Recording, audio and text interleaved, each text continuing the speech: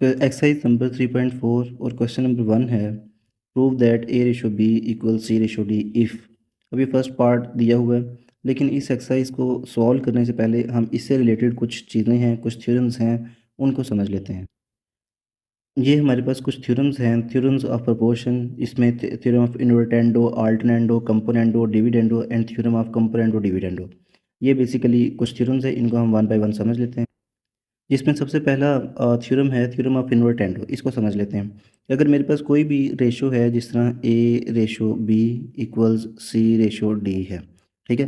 तो स्टूडेंट्स, अब रेशो को आपको पता है, मैं ओवर की फॉर्म में भी लिख सकता हूँ, ए over b equals c over d, ठीक है। तो ये दो मेरे पास पर रेशो की डिफरेंट फॉर्म्स होगी, मतलब इस तरह से भी रेशो को लिखा जा सकता है और इस तरह से भी रेशो को लिखा जा सकता है। अच्छा, अब अगर मैं इस पर इन्वर्टेंडो थ्योरम अप्लाई करूँ तो क्या होगा? कोई ऐसा रॉकेट साइंस नहीं है, बस आपने यहाँ पर क्या करना है, इनको दोनों फ्रैक्शंस को इन्वर्ट कर देना है, मतलब डिनोमिनेटर्स को नोमिनेटर और नोमिनेटर को डिनोमिनेटर। जो कि इक्वालिटी है, इस तरफ भी यही और राइट पर भी यही और लेफ्ट पर भी यही, ठीक है। तो इस तरह से हो जाएगा ये, मतलब बी ओवर ए इक्वल्स डी ओवर सी, ठीक है। ये यहाँ पर हमने इन्वर्टेंडो थ्योरम अप्लाई किया और हमें ये रिजल्ट। तो फिर इसकी डेफिनेशन हो जाएगी, by applying this theorem we just invert the ratios or fractions on both sides of equal sign. और इसकी मैं एग्जांपल ऊपर आपको दे चुका हूँ। अब दूसरी थ्योरम की तरफ चलते हैं। सेकंड थ्योरम है हमारे पास थ्योरम ऑफ ऑल्टरनेंडो। तो स्टूडेंट्स, अगर हमें एक रेशो दी गई है, तो a ratio B equal C ratio d, तो हम इसका फ्रैक्शंस भी बना सकते हैं। अब आप अगर ऑल्टरनेंडो थ्योरम अप्लाई करते हो, देन व्हाट विल हैपन, हम यहाँ पर एक फ्रैक्शन का जो डिनोमिनेटर है उसको दूसरे फ्रैक्शन का नोमिनेटर बना देंगे, और दूसरे फ्रैक्शन को के नोमिनेटर को पहले फ्रैक्शन का डिनोमिनेटर बना देंगे, ठीक है। जस्ट आपने इतना सा चेंज करना है, मतलब ये हो जाएगा ए ओवर सी इक्वल्स बी ओवर डी।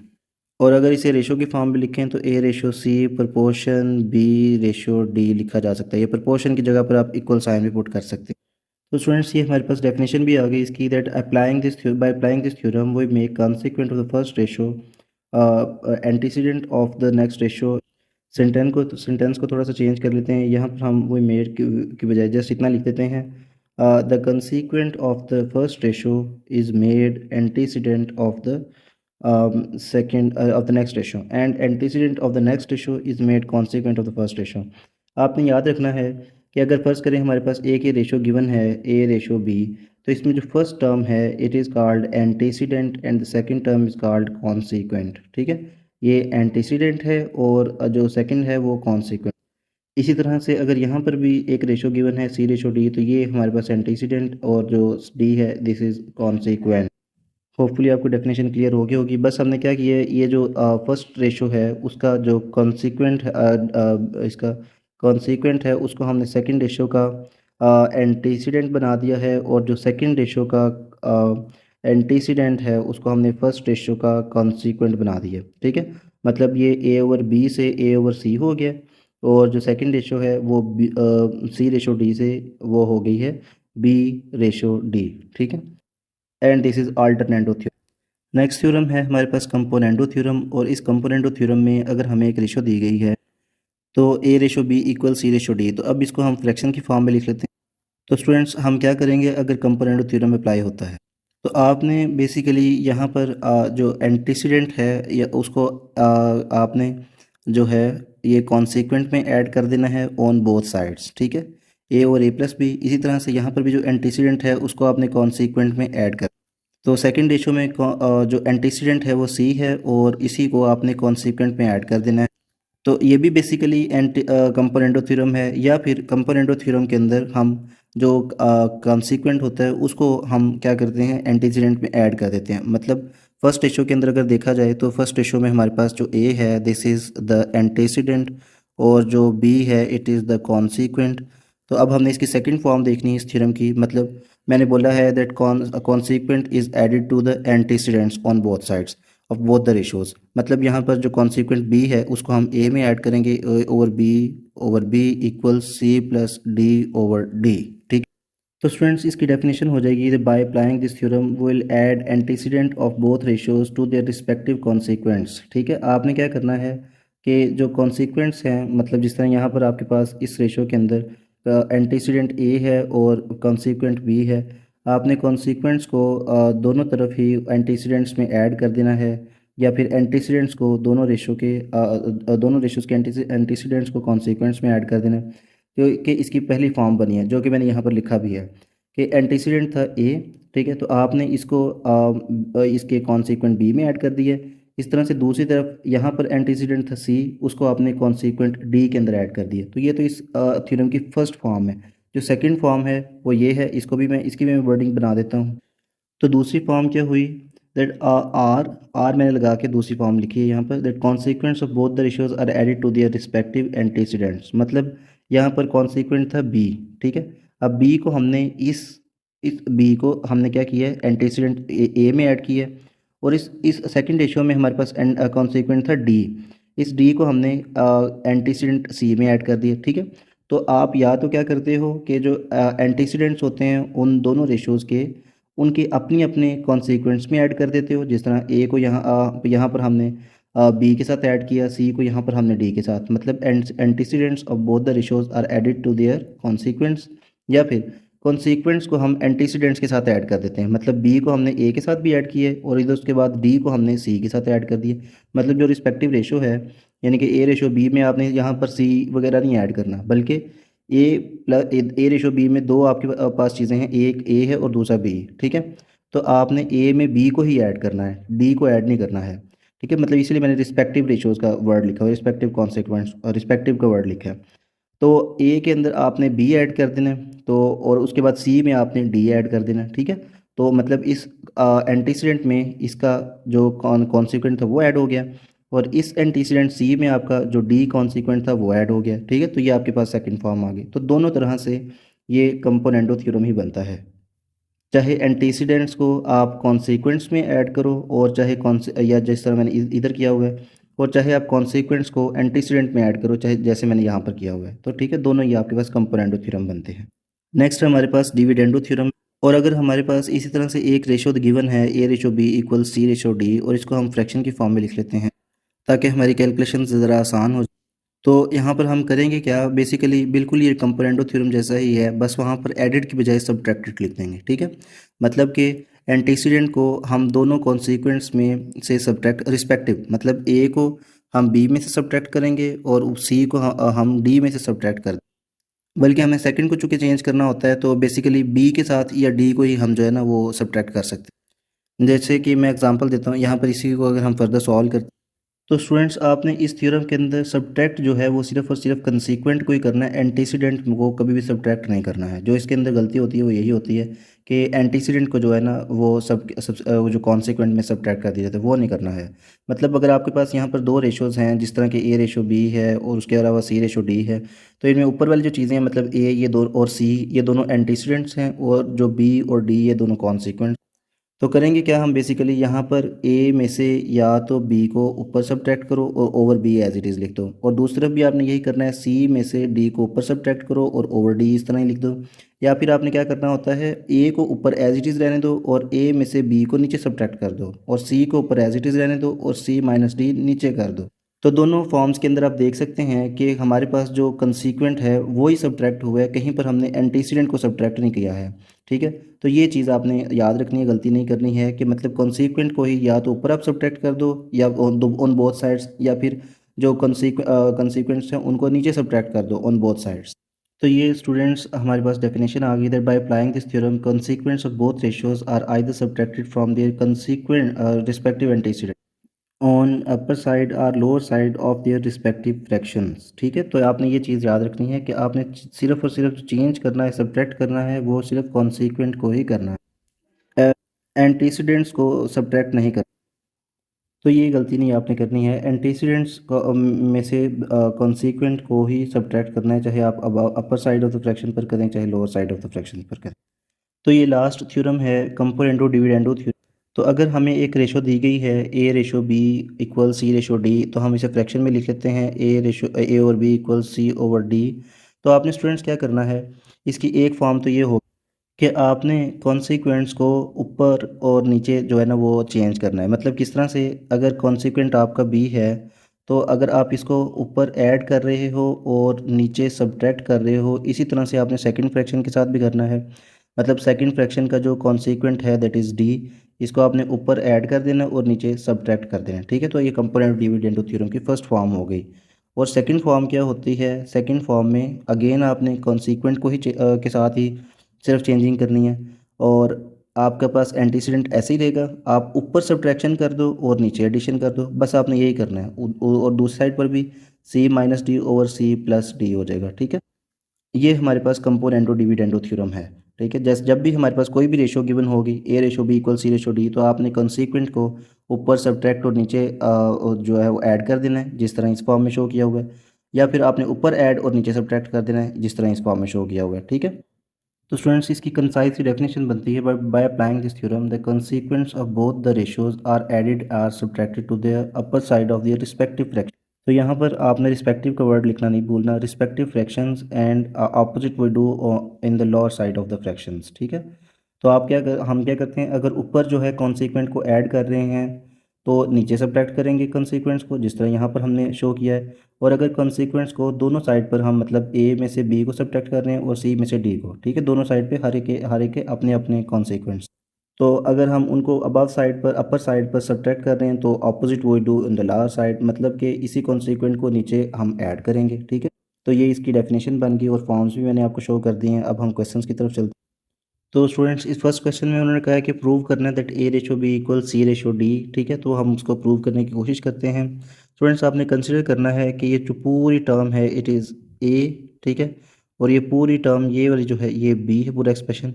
इस तरह से ये पूरा एक्सप्रेशन सी है और ये पूरा एक्सप्रेशन क्या है, डी, ठीक है। कंपोनेंट ऑफ डिविडेंडो थ्योरम हम यहाँ पर लगाएंगे। कंपोनेंट ऑफ डिविडेंडो थ्योरम ये होता है कि अगर एक चीज़ आप ऊपर ऐड कर रहे हो मतलब कॉन्सिक्वेंट को, तो उस कॉन्सिक्वेंट को नीचे वो आप सब्ट्रैक्ट करोगे। इसी तरह दूसरी साइड पर भी जो सी में डी को आपने ऐड करना है और नीचे आपने उसे सब्ट्रैक्ट करना है, ठीक। तो यहाँ पर हम पहले लिखेंगे bye applying the कंपोनेंटो dividendo theorem, ठीक है, ये आपने लिख लेना है। हम अगर एक चीज़ मतलब ए है, ये ऊपर वाली साइड पे हमारे पास ये पूरे का पूरा मतलब 4a + 5b, तो इसमें से दूसरी जो बी है जो कि है 4a - 5b, इसको ऊपर की तरफ हम ऐड कर देंगे इस तरह से, ठीक है।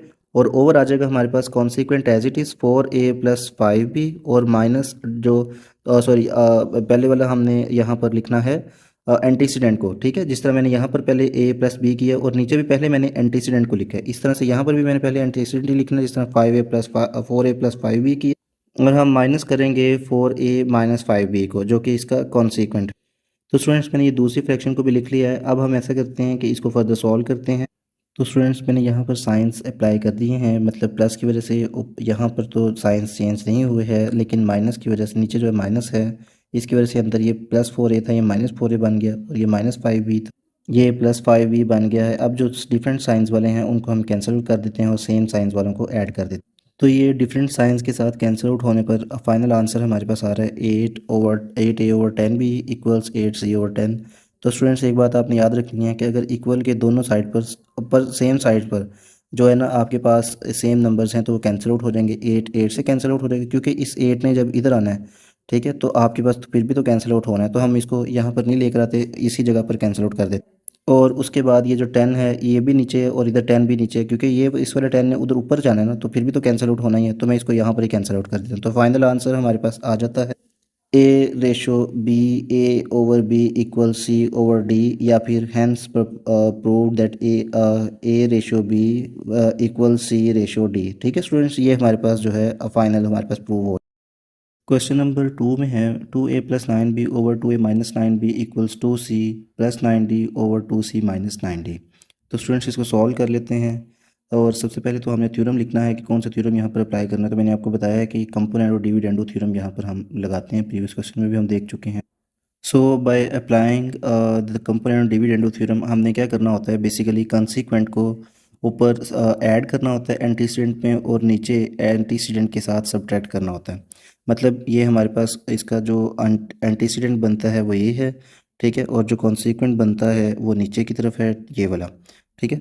तो हम ऊपर जो कॉन्सिक्वेंट है इसको एंटीसीडेंट में ऐड करते हैं, मतलब 2a + 9b प्लस ब्रैकेट में लिखते हैं हम कंसिक्वेंट 2a - 9b ओवर फिर अगेन एंटीसीडेंट लिखते हैं 2a प्लस 9b और कॉन्सिक्वेंट को इसमें से सब्ट्रैक्ट कर देते हैं और ये हमने दोनों तरफ करना है, ठीक है।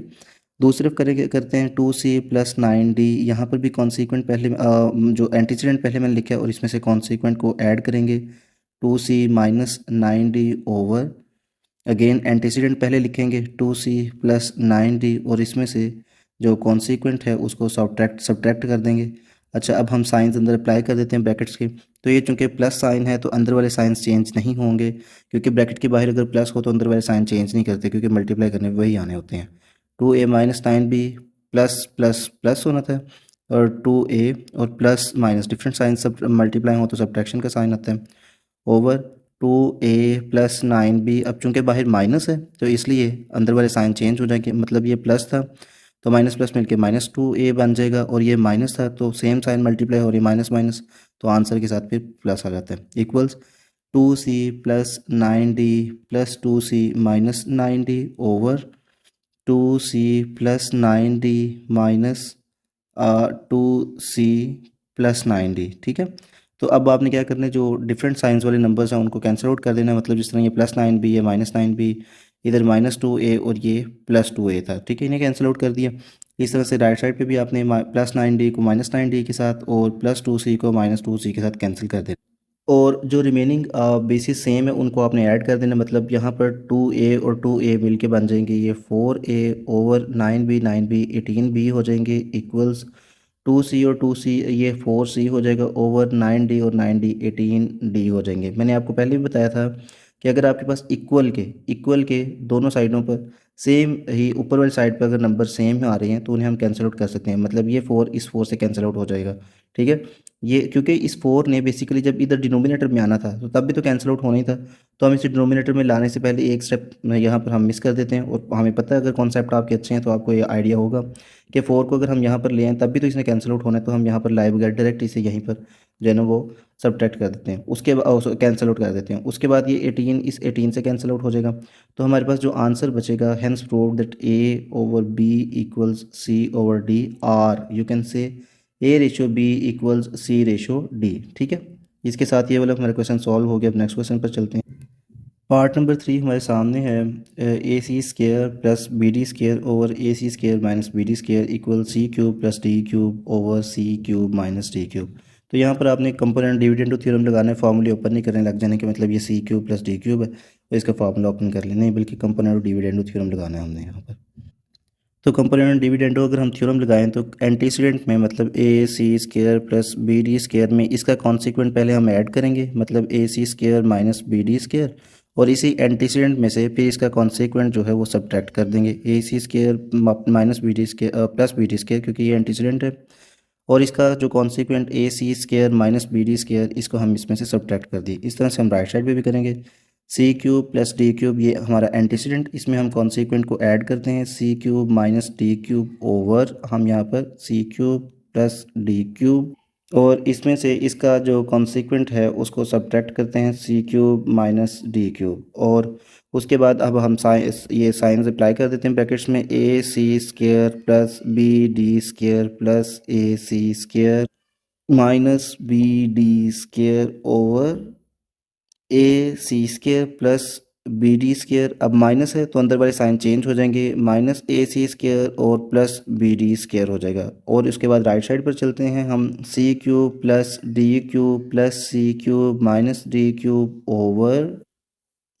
सी cube plus D cube minus, अब ये देखें साइन अंदर वाले चेंज कर देंगे क्योंकि बाहर माइनस साइन है, और ये जब माइनस साइन हो ब्रैकेट के बाहर तो अंदर वाले सबके साइन चेंज हो जाते हैं, तो ये प्लस डी क्यूब हो जाएगा। अब डिफरेंट साइंस वालों को कैंसिल आउट कर देते हैं, जिस तरह plus B D square minus B D square के साथ कैंसिल आउट हो, और यहाँ पर ए सी स्केयर इस नेगेटिव ए सी स्केयर के साथ कैंसिल आउट होगा। इसी तरह से plus D cube minus D cube के साथ और माइनस सी क्यूब प्लस सी क्यूब के साथ कैंसिल आउट हो जाएंगे। अब बाकी देखते हैं कि मतलब क्या बच गया, तो ये यहाँ पर 2 AC स्केयर हो जाएगा, क्योंकि ये भी AC स्केयर है ये भी AC स्केयर है, तो 2 AC स्केयर हो गए।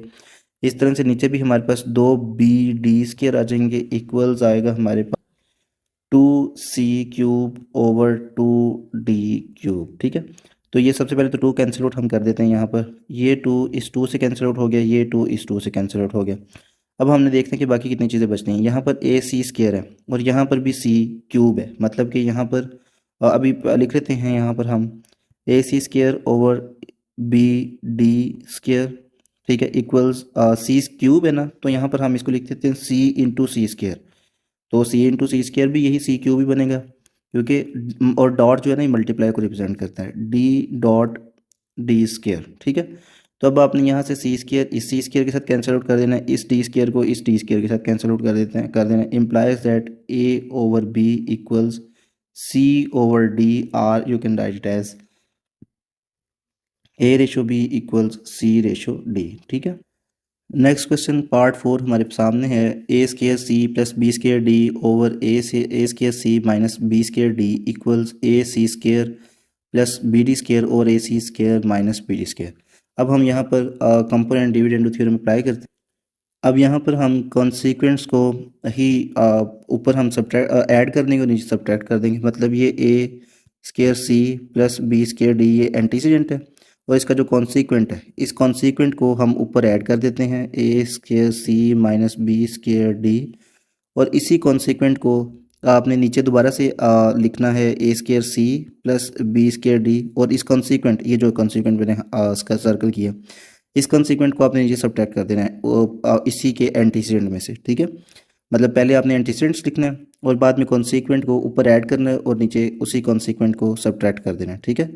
तो ये आ गया। इसी तरह से हम राइट साइड पे करेंगे, a C square plus B D square ये हमारा एंटीसीडेंट, और इसमें हम इसके कॉन्सिक्वेंट यानी कि नीचे वाले एक्सप्रेशन को इसको हम पहले ऐड करते हैं और माइनस बी डी स्केयर, और इसी तरह से नीचे हम पहले एंटीसीडेंट लिखेंगे a C square plus B D square, और इसके कॉन्सिक्वेंट को मतलब a C square minus B D square में से कोई इसमें से सब्ट्रैक्ट कर देंगे एंटीसीडेंट में से। साइन अप्लाई करते हैं तो ये हो जाएगा a square c plus B square d plus A square c minus B square d over a square c plus B square d minus, अब अंदर वाले साइन चेंज हो जाएंगे, माइनस ए स्केयर सी और plus B square d. Right side पे भी sign से apply कर लेते हैं, a C square plus B D square plus a C square minus B D square over, यहाँ पर हम लिख लेते हैं a C square plus B D square, अंदर वाले साइन अब चेंज कर दें क्योंकि आगे माइनस आ गया, तो ये हो गया माइनस ए सी स्केयर और प्लस बी डी स्केयर। अब डिफरेंट साइंस वाले नंबर को हम कैंसिल आउट करते हैं, मतलब यहाँ पर कैंसिल आउट होंगे B square D negative B square D के साथ, और इधर प्लस ए स्केयर सी और ये negative a square c cancel out हो जाएंगे। राइट साइड पे हमारे पास b D square minus B D square के साथ कैंसिल आउट हो गए और प्लस ए सी स्केयर इस ए सी स्केयर के साथ कैंसिल आउट हो गए, ठीक है। अब हम बाकी देख लेते हैं कि बाकी कौन सी चीज़ें बच गई हैं हमारे पास। ये बेसिकली 1 ए स्केयर सी ये है और 1 ए स्केयर सी ये है, दोनों की बेसिस सेम है तो दोनों कोएफिशिएंट्स ऐड हो जाएंगे और ए स्केयर सी बन जाएगा ओवर। अब यहाँ पर भी देखें ये 1 और ये भी 1, उन दोनों कोएफिशिएंट्स को ऐड कर दें क्योंकि इनकी दोनों की जो बेसिस हैं बी स्केयर डी उधर भी बी स्केयर डी ये दोनों सेम है, तो ये टू बी स्केयर डी आ जाएगा इक्वल्स, यहाँ पर 2 ए सी स्केयर आएगा ओवर ये और ये ऐड होंगे 2 बी डी स्केयर आ जाएगा, ठीक है। ये 2 इस 2 के साथ कैंसिल आउट हो गया। अब बाकी हमारे पास बचा है a square c over b square d equals a C square over b square d. तो स्टूडेंट्स बेसिकली ये जो स्केयर्स की फॉर्म है इनको मैं ओपन अप करके लिख देता हूँ, मतलब इसको मैं लिख देता हूँ ए डॉट ए और सी भी मल्टीप्लाई हो रहा है over B dot D equals A dot C over B dot D. तो स्टूडेंट्स पहले मैं बता चुका हूँ कि इक्वल के दोनों तरफ अगर हमारे पास सेम साइड पे कोई नंबर पड़े हुए हैं तो हम उन्हें कैंसिल आउट कर सकते हैं, मतलब अगर इक्वल है ये इक्वल साइन है इसके दोनों तरफ यानी कि लेफ्ट साइड पर और राइट साइड पर, अगर आपके पास नोमिनेटर्स में कोई नंबर हैं तो हम उन्हें कैंसिल आउट कर सकते हैं, ठीक है। इस तरह से ये सी है इस सी के साथ कैंसिल आउट हो जाएगा, क्यों? क्योंकि अगर इस ए को हम इक्वल के लेफ्ट साइड पर लेकर आए तो इसे डिनोमिनेटर में ही जाना है, ठीक है। तो हम इस स्टेप को स्किप किए करते ही यहाँ पर हम इसको नोमिनेटर में पड़े पड़े जो है ना वो कैंसिल आउट कर देते हैं, ठीक है। और उसके बाद सी को भी इसी तरह से मैंने कैंसिल आउट कर दिया। अब नीचे डिनोमिनेटर्स में आ जाते हैं, जो डिनोमिनेटर्स में कॉमन है ना उसको भी हम कैंसिल आउट कर सकते हैं, ये भी इस बी से कैंसिल आउट हो जाएगा और ये डिनोमिनेटर डी भी कॉमन है दोनों डिनोमिनेटर्स में, तो इसको भी कैंसिल आउट कर देंगे। तो बाकी हमारे पास बचेगा सिर्फ ए over b equals c over D. तो हमारे पास ये प्रूव हो गया A/B=C/D। इसके साथ ये भी पार्ट हमारे पास सॉल्व हो गया। अब नेक्स्ट पार्ट की तरफ चलते हैं। तो स्टूडेंट्स पार्ट 5 हमारे सामने है। PA+QB/P=C+QD/QC-QD। तो पहले हम इसे ऐसा करते हैं, इसको फ्रैक्शन की फॉर्म में लिख लेते हैं। तो स्टूडेंट्स मैं आपको बता चुका हूँ कि जो रेशियो का साइन होता है इसको हम फ्रैक्शन की फॉर्म में भी लिख सकते हैं। मतलब PA+QB ओवर, रेशियो को हम ओवर भी लिख सकते हैं। ओवर आ जाएगा PA-QB, ठीक है। और इक्वल आ जाएगा PC+QD ओवर PC-QD, ठीक है। और कंपोनेंट डिविडेंड थ्योरम यहाँ पर लगा देंगे। अब हमने कंपोनेंट डिविडेंड थ्योरम यहाँ पर अगर अप्लाई करना है तो उसके लिए हमें एंटीसीडेंट्स में से कॉन्सिक्वेंट को एक बार ऐड करना पड़ेगा और एक बार सब्ट्रैक्ट करना पड़ेगा। तो एंटीसीडेंट्स लिख लेते हैं हम पहले। QB इसी तरह से ओवर में भी PA+QB, ये मैंने एंटीसीडेंट्स लिख लेते हैं। अब कॉन्सिक्वेंट्स, ये जो नीचे है कॉन्सिक्वेंट, इसको हम ऊपर ऐड कर देंगे। PA-QB इसको हमने ऊपर ऐड कर दिया और नीचे इस कॉन्सिक्वेंट को सब्ट्रैक्ट कर देंगे। PA-QB, ठीक है। ये हमारे पास लेफ्ट साइड पे तो कंपोनेंट डिविडेंड थ्योरम लग गया। अब राइट साइड पे भी लगा लेते हैं। PC अगर हमने component dividend theorem left side पे अप्लाई किया तो राइट साइड पे भी करना पड़ेगा। QD ओवर, अगेन इसी एंटीसीडेंट को लिख देते हैं PC+QD, ठीक है। और उसके बाद हम यहाँ पर जो कॉन्सिक्वेंट है उसको ऊपर हम ऐड करते हैं और नीचे सब्ट्रैक्ट करते हैं, ठीक है। -PC-QD, ठीक है। अब पॉजिटिव को हम अंदर अप्लाई कर लेते हैं, साइंस को अप्लाई करते हैं पॉजिटिव नेगेटिव को। PA+QB+PQ-QB ओवर PA+QB-PA+QB, ठीक है, इक्वल्स PC+QD+PC-QD ओवर ये PC+QD माइनस है तो अंदर वाले साइन चेंज हो जाएंगे, तो -PC+QD, ठीक है। डिफरेंट साइंस वाले नंबर को हम सब्ट्रैक्ट कर लेंगे, मतलब +QB नेगेटिव QB के साथ और +PA नेगेटिव PA के साथ कैंसिल आउट हो गए। +QD नेगेटिव QD के साथ और +PC नेगेटिव PC के साथ कैंसिल आउट हो गए। इसी तरह से जो बाकी बचते हैं हम उनको ऐड कर। तो यहाँ पर गलती से Q लिखा गया था, उसको मैंने चेंज करके PA लिख दिया, क्योंकि यहाँ पर हमारे पास कॉन्सिक्वेंट में A ही है, Q नहीं है। अच्छा जी, तो हमारे पास अब PA और PA ये बेसिकली 2PA हो गया, ठीक है। ओवर ये भी QB और ये भी QB, दोनों की बेसिस सेम है तो कोएफिशिएंट्स 1 1 ऐड हो जाएंगे क्योंकि साइन सेम है। तो 2QB ओवर इक्वल हमारे पास आएंगे 2PC, क्योंकि ये भी 1PC ये भी 1PC, तो 2PC हो गए ओवर 1QD, तो और ये भी 1QD, तो ये QD हो जाएंगे, ठीक है। तो स्टूडेंट्स 2 के साथ कैंसिल आउट हो गए दोनों तरफ, और बाकी हमारे पास बचा PA ओवर QB, ठीक है, इक्वल हमारे पास बचता है PC ओवर QD, ठीक है। अब इक्वल के दोनों साइडों पे नोमिनेटर्स में मैच कर लें, अगर कोई चीज़ मैच हो रही है तो ये P इधर भी है और इधर भी कैंसिल आउट हो गया। डिनोमिनेटर्स में Q कॉमन है तो उसको भी कैंसिल आउट करते। बाकी हमारे पास बचा implies that A over B equal C over D, और you can write it as A/B equals C/D, ठीक है। इक्वल की जगह पर आप प्रपोर्शन का साइन भी लगा सकते हैं। पार्ट 6 हमारे सामने है। A+B+C+D over A+B-C-D equals A-B+C-D over A-B-C+D, ठीक है। तो इसमें हम कंपोनेंट डिविडेंड थ्योरम लगा लेते हैं। अब यहाँ पर हम लेफ्ट साइड पे पहले अप्लाई कर लेते हैं कंपोनेंट डिविडेंड थ्योरम। हमने आइडेंटिफाई कर लेना है that which one is the consequent, which one is the antecedent. तो स्टूडेंट्स ये जो ब्लू वाला है ये हमारे पास एंटीसीडेंट है, और ये जो येलो वाला है दिस इज़ द कॉन्सिक्वेंट, ठीक है। तो आप ऐसा करें कि पहले आप जो है ना ऊपर और नीचे एंटीसीडेंट को लिख लें A+B+C+D, और ओवर में भी इसी तरह से पहले आप लिख लें कॉन्सिक्वेंट एंटीसीडेंट को पहले आप लिख लें A+B+C+D। अब कॉन्सिक्वेंट को ऊपर की तरफ ऐड कर दें, कॉन्सिक्वेंट येलो वाला A+B-C-D ऊपर की तरफ ऐड कर दें, और नीचे की तरफ इसी कॉन्सिक्वेंट को आपने सब्ट्रैक्ट कर देना है -C, ओके, इक्वल। अब हमने राइट साइड पे भी यही अप्लाई करना है A+B+C-D।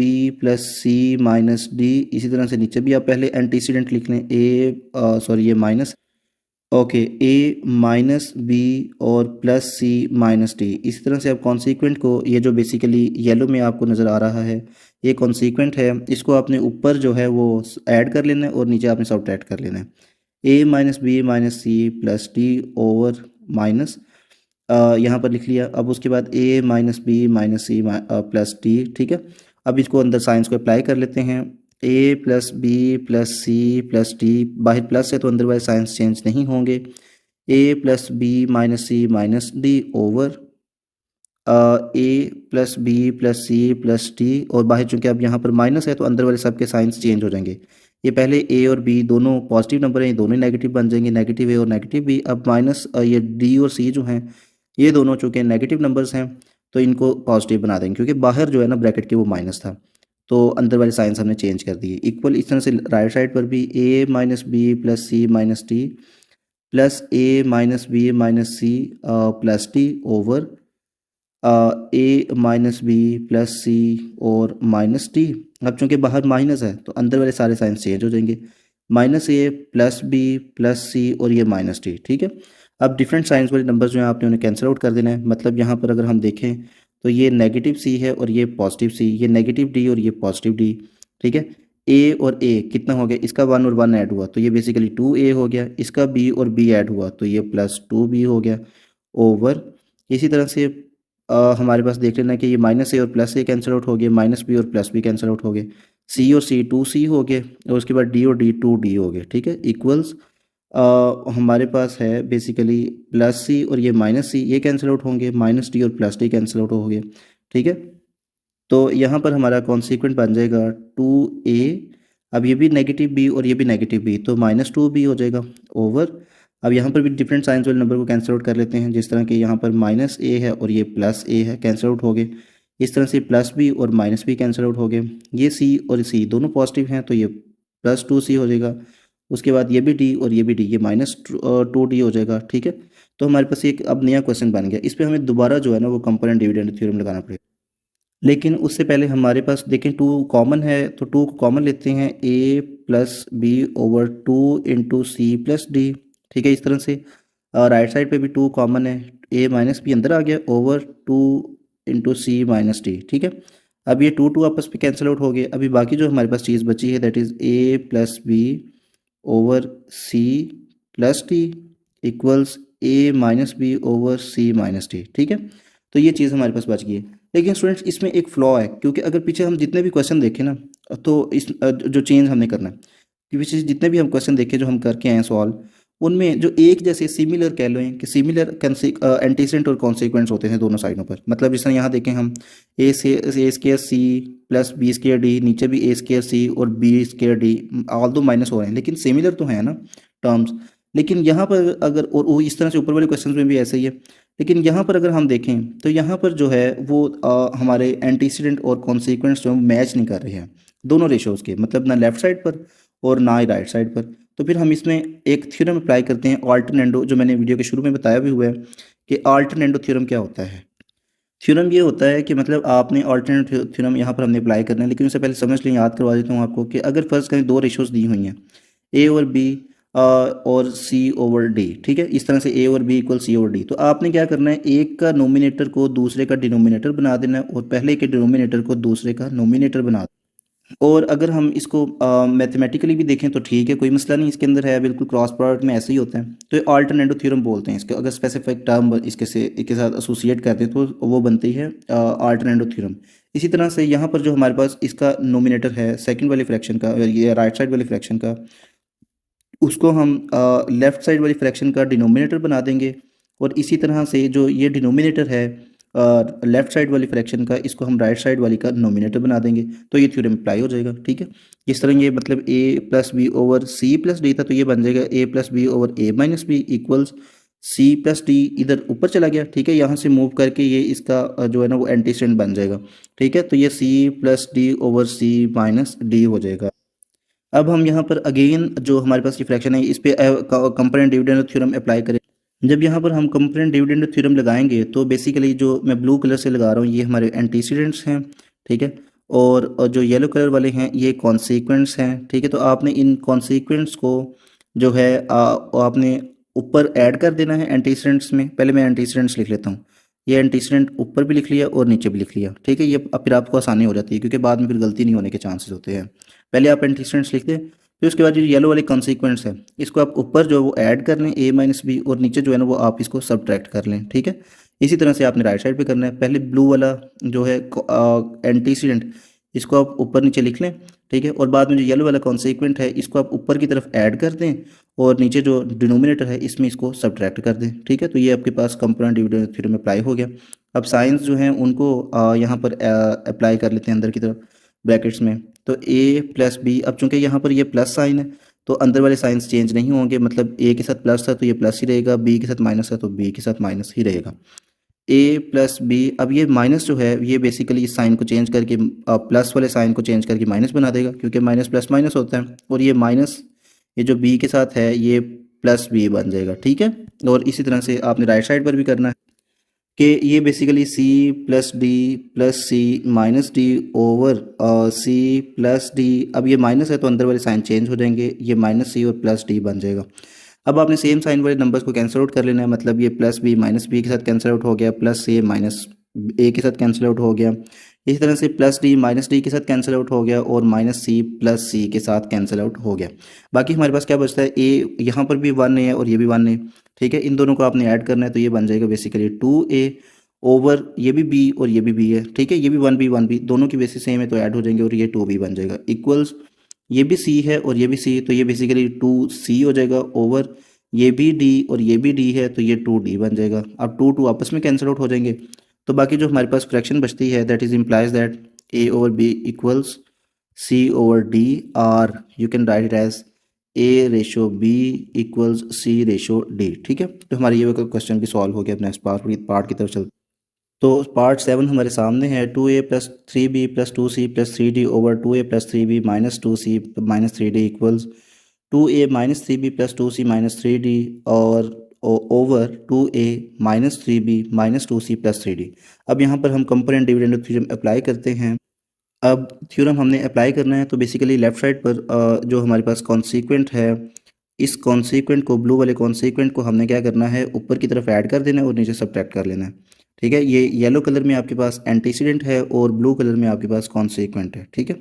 तो अब इसको हम फर्दर सॉल्व कर लेते हैं। अब देखें हमने सबसे पहले क्या करना है 2a plus 3b plus 2c और प्लस 3d, ये आपका एंटीसीडेंट है, इसको आपने ऊपर भी लिख लेना है और नीचे भी लिख लेना है।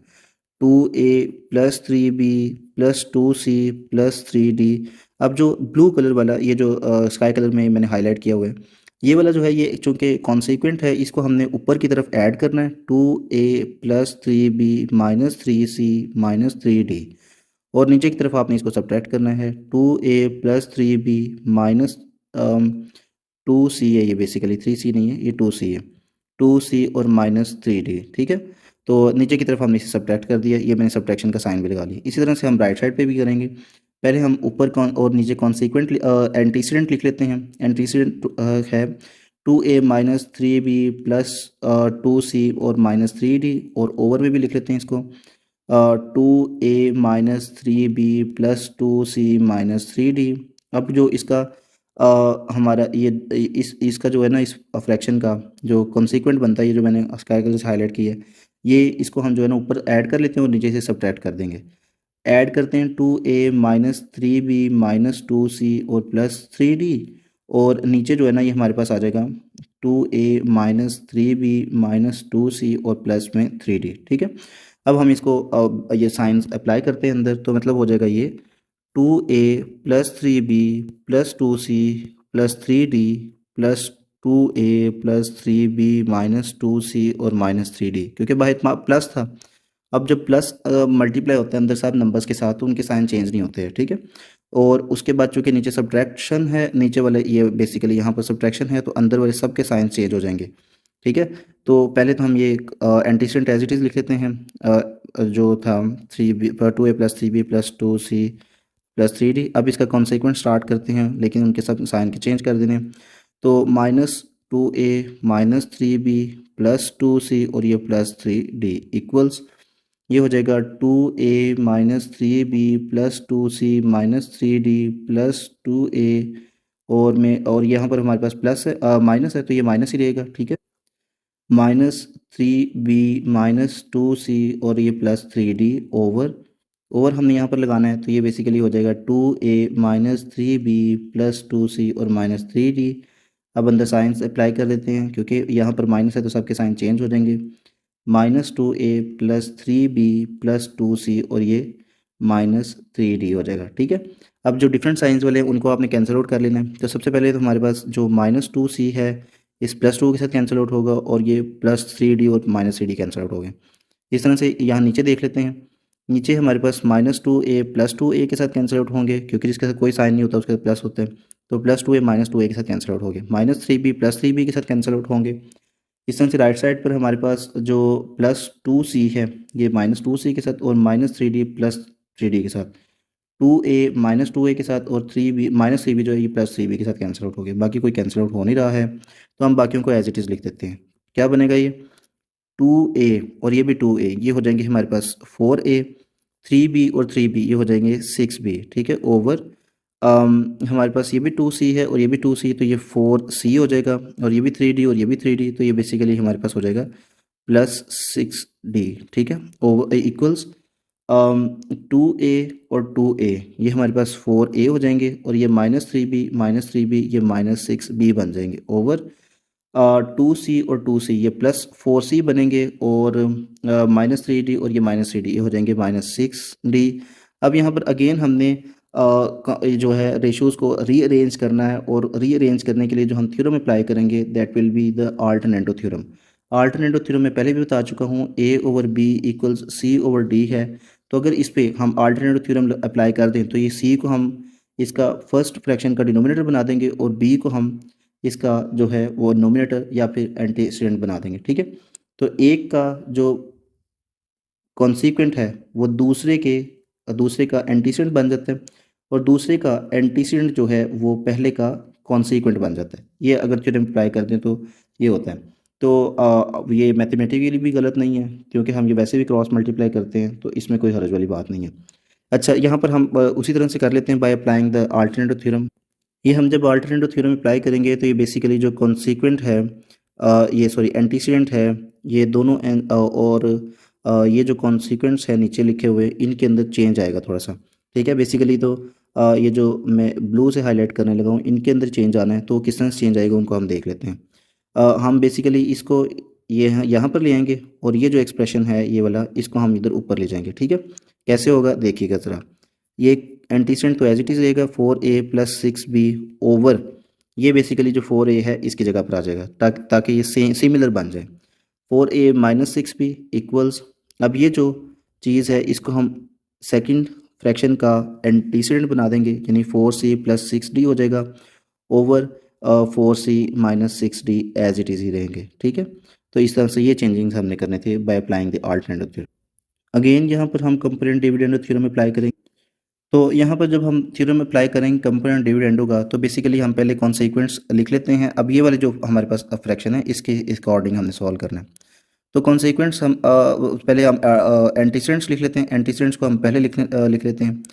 अच्छा जी, 6a प्लस 4a + 6b और नीचे भी हम ये एंटीसेडेंट लिख लेते हैं और उसके बाद हम कॉन्सिक्वेंट को ऊपर की तरफ ऐड कर देते हैं और नीचे की तरफ इसको सब्ट्रैक्ट कर देते हैं। ठीक है, तो नीचे की तरफ इसको हम सब्ट्रैक्ट कर देंगे 4a - 6b। इस तरह से राइट साइड पर भी 4c + 6d over 4c + 6d पहले हमने एंटीसेडेंट्स लिख लिए। अब हम कॉन्सिक्वेंट्स जो कि ये वाला बेसिकली कॉन्सिक्वेंट है इसको हम ऊपर की तरफ ऐड कर देते हैं 4c - 6d और इसको नीचे की तरफ हम सब्ट्रैक्ट कर देते हैं 4c - 6d। ठीक है, अब हम यहाँ पर जो है अंदर प्लस साइन अप्लाई करते हैं। तो प्लस साइन जब अंदर की तरफ अप्लाई करेंगे तो ये +4a बन जाएगा वो -6b बन जाएगा। 4a + 6b + 4a - 6b over 4a + 6b। अब ये चूँकि माइनस है तो अंदर वाले साइन चेंज हो जाएंगे, ये -4a और ये +6b बन जाएगा equals 4c + 6d + 4c - 6d over 4c + 6d - 4c अंदर वाले साइन चेंज हो जाएंगे यहाँ पर -4c + 6d। ठीक है, अब सेम साइन और जो डिफरेंट साइंस वाले हैं उनको हम कैंसिल आउट करेंगे। -6b और +6b कैंसिल आउट होंगे 4a - 4a के साथ। इसी तरह से -6d + 6d के साथ और ये 4c - 4c के साथ कैंसिल आउट हो जाएगा। जो बाकी बचती हैं चीज़ें हम उन्हें लिख लेते हैं। रिमेनिंग हमारे पास आ जाता है 4a और 4a 8a होता है ओवर 6b 12b हो जाता है इक्वल 8c हो जाएगा क्योंकि ये भी 4c और ये भी 4c सेम साइन के साथ ऐड होंगे और ये भी 6d और ये भी 6d ये ऐड होकर 12d हो जाएंगे। अब चूंकि इक्वल के दोनों साइड पर जो डोमिनेटर्स में कॉमन चीज़ है उन्हें कैंसिल आउट कर देते हैं, मतलब ये वाला 8 जो है इस 8 के साथ कैंसिल आउट हो जाएगा, डिनोमिनेटर्स में जो कॉमन है उसे कैंसिल आउट कर दो। ठीक है, क्योंकि जो डिनोमिनेटर है इस तरफ इसने ऊपर आके तो नोमिनेटर में 12 इधर आना है, तब भी तो कैंसिल आउट करना ही है ना, तो हम इस स्टेप को यहाँ पर स्किप करते हैं और डायरेक्ट हम इसको सॉल्व कर देते हैं, इसका आपको मैथ भी इंप्रूव होगा। ठीक है, जब आपने नेक्स्ट मूव करना है डिफरेंट यूनिवर्सिटीज़ वगैरह में, तो वहाँ पर एंट्रेंस टेस्ट होते हैं, और उन एंट्रेंस टेस्ट के लिए आपको ये इस तरह के ट्रिक्स वगैरह पता होने चाहिए, और सिंपल ये है, कोई इसमें ऐसा रॉकेट साइंस नहीं है। खैर हमारे पास जो बाकी चीज़ बचती है वो बच गया है a over b equals c over D. इसको हम रेशो की फॉर्म में भी लिख सकते हैं, और you can write it as a ratio b equals c ratio D. ठीक है, क्वेश्चन नंबर 8 हमारे सामने है, a square plus B square over a square minus B square equals a c plus B d over a c minus B d. तो students यहाँ पर हमारे पास जो कॉन्सिक्वेंट और एंटीसीडेंट्स हैं वो सिमिलर हैं काफ़ी ज़्यादा, तो इसलिए हमें यहाँ पर अल्टरनेटिव थ्योरम लगाने की ज़रूरत नहीं है। सिमिलर का मतलब होता है कि एग्जैक्ट नहीं, काफ़ी हद तक, मतलब जिस तरह यहाँ पर देखें, अगर एंटीसीडेंट देखते हैं ये येलो कलर में, तो ये भी a square minus B square है, सॉरी ए स्केयर प्लस बी स्केयर है, और जो यहाँ पर कॉन्सिक्वेंट है, ठीक है, वो a square minus B square. Sign तो इनके ऑल तो थोड़ी डिफरेंट है, मतलब ऊपर प्लस है नीचे माइनस है, लेकिन जो बेसिस है, मतलब ए स्केयर है ऊपर भी बी स्केयर है नीचे भी ए स्केयर और बी स्केयर, तो काफ़ी इन्हें बोलते हैं सिमिलर, एग्जैक्ट तो नहीं है लेकिन सिमिलर है। ठीक है, तो यहाँ पर हम कंपेरेंट डिविडेंड थ्योरम लगाते हैं। कंपेरेंट डिविडेंड थ्योरम लगाने पर हम पहले जो है ना एंटीसीडेंट्स ए स्केयर प्लस बी स्केयर ऊपर भी लिख लेते हैं, और ए स्केयर प्लस बी स्केयर नीचे भी लिख लेते हैं। अब जो कॉन्सिक्वेंट है a square minus B square, उसको हम ऊपर की तरफ ऐड कर देंगे, और नीचे की तरफ हम उसे सब्ट्रैक्ट कर देंगे। ठीक है, ए स्केयर और नीचे की तरफ सब्ट्रैक्ट कर देंगे ए स्केयर माइनस बी स्केयर को। ठीक है, इसी तरह से हम राइट साइड पर भी कर लेंगे, और राइट साइड पे क्या होगा, basically a c plus B d, over में भी लिख लेना है आपने a c plus B d. पहले आपने एंटीसीडेंट्स लिख लेने हैं, और उसके बाद आपने कॉन्सिक्वेंट को, यानी ए सी, ये जो मैं ब्लू कलर से करने लगा हूँ हाईलाइट, ये जो कॉन्सिक्वेंट है इसको आपने ऊपर ऐड कर लेना है। ठीक है, और नीचे आपने इसको सब्ट्रैक्ट कर लेना है, a c minus B d. Signs apply करते हैं, a square plus B square plus है तो अंदर वाले साइन चेंज नहीं होंगे, ए स्केयर के साथ प्लस ही रहेगा और बी स्केयर के साथ माइनस ही रहेगा। इसी तरह से over a square plus B square minus है, यहाँ पर प्लस के साथ मल्टीप्लाई होकर ये माइनस ए स्केयर हो जाएगा, और ये माइनस है तो ये प्लस बी स्केयर हो जाएगा। इस तरह से राइट साइड पे भी कर लेते हैं, a c plus B D plus a c minus B d over a c plus B d. अब चूंकि बाहर माइनस है तो अंदर वाले साइन चेंज हो जाएंगे, ये नेगेटिव ए सी होगा और ये प्लस बी डी हो जाएगा। ठीक है, अब जो डिफरेंट साइंस वाले हैं उनको कैंसिल आउट कर देते हैं, मतलब minus B square plus B square के साथ कैंसिल आउट होगा, minus A square plus A square के साथ कैंसिल आउट होगा, इसी तरह से minus B D plus B D के साथ, और minus A c plus a सी के साथ कैंसिल आउट हो जाएगा। ठीक है, तो अभी बाकी देखते हैं, हम उनको ऐड कर लेते हैं, मतलब ए स्केयर और ए स्केयर एडअप होके 2 ए स्केयर हो जाएंगे, और बी स्केयर एडअप होके 2 बी स्केयर बन जाएंगे, इक्वल्स ए सी यानी 2 ए सी हो जाएगा,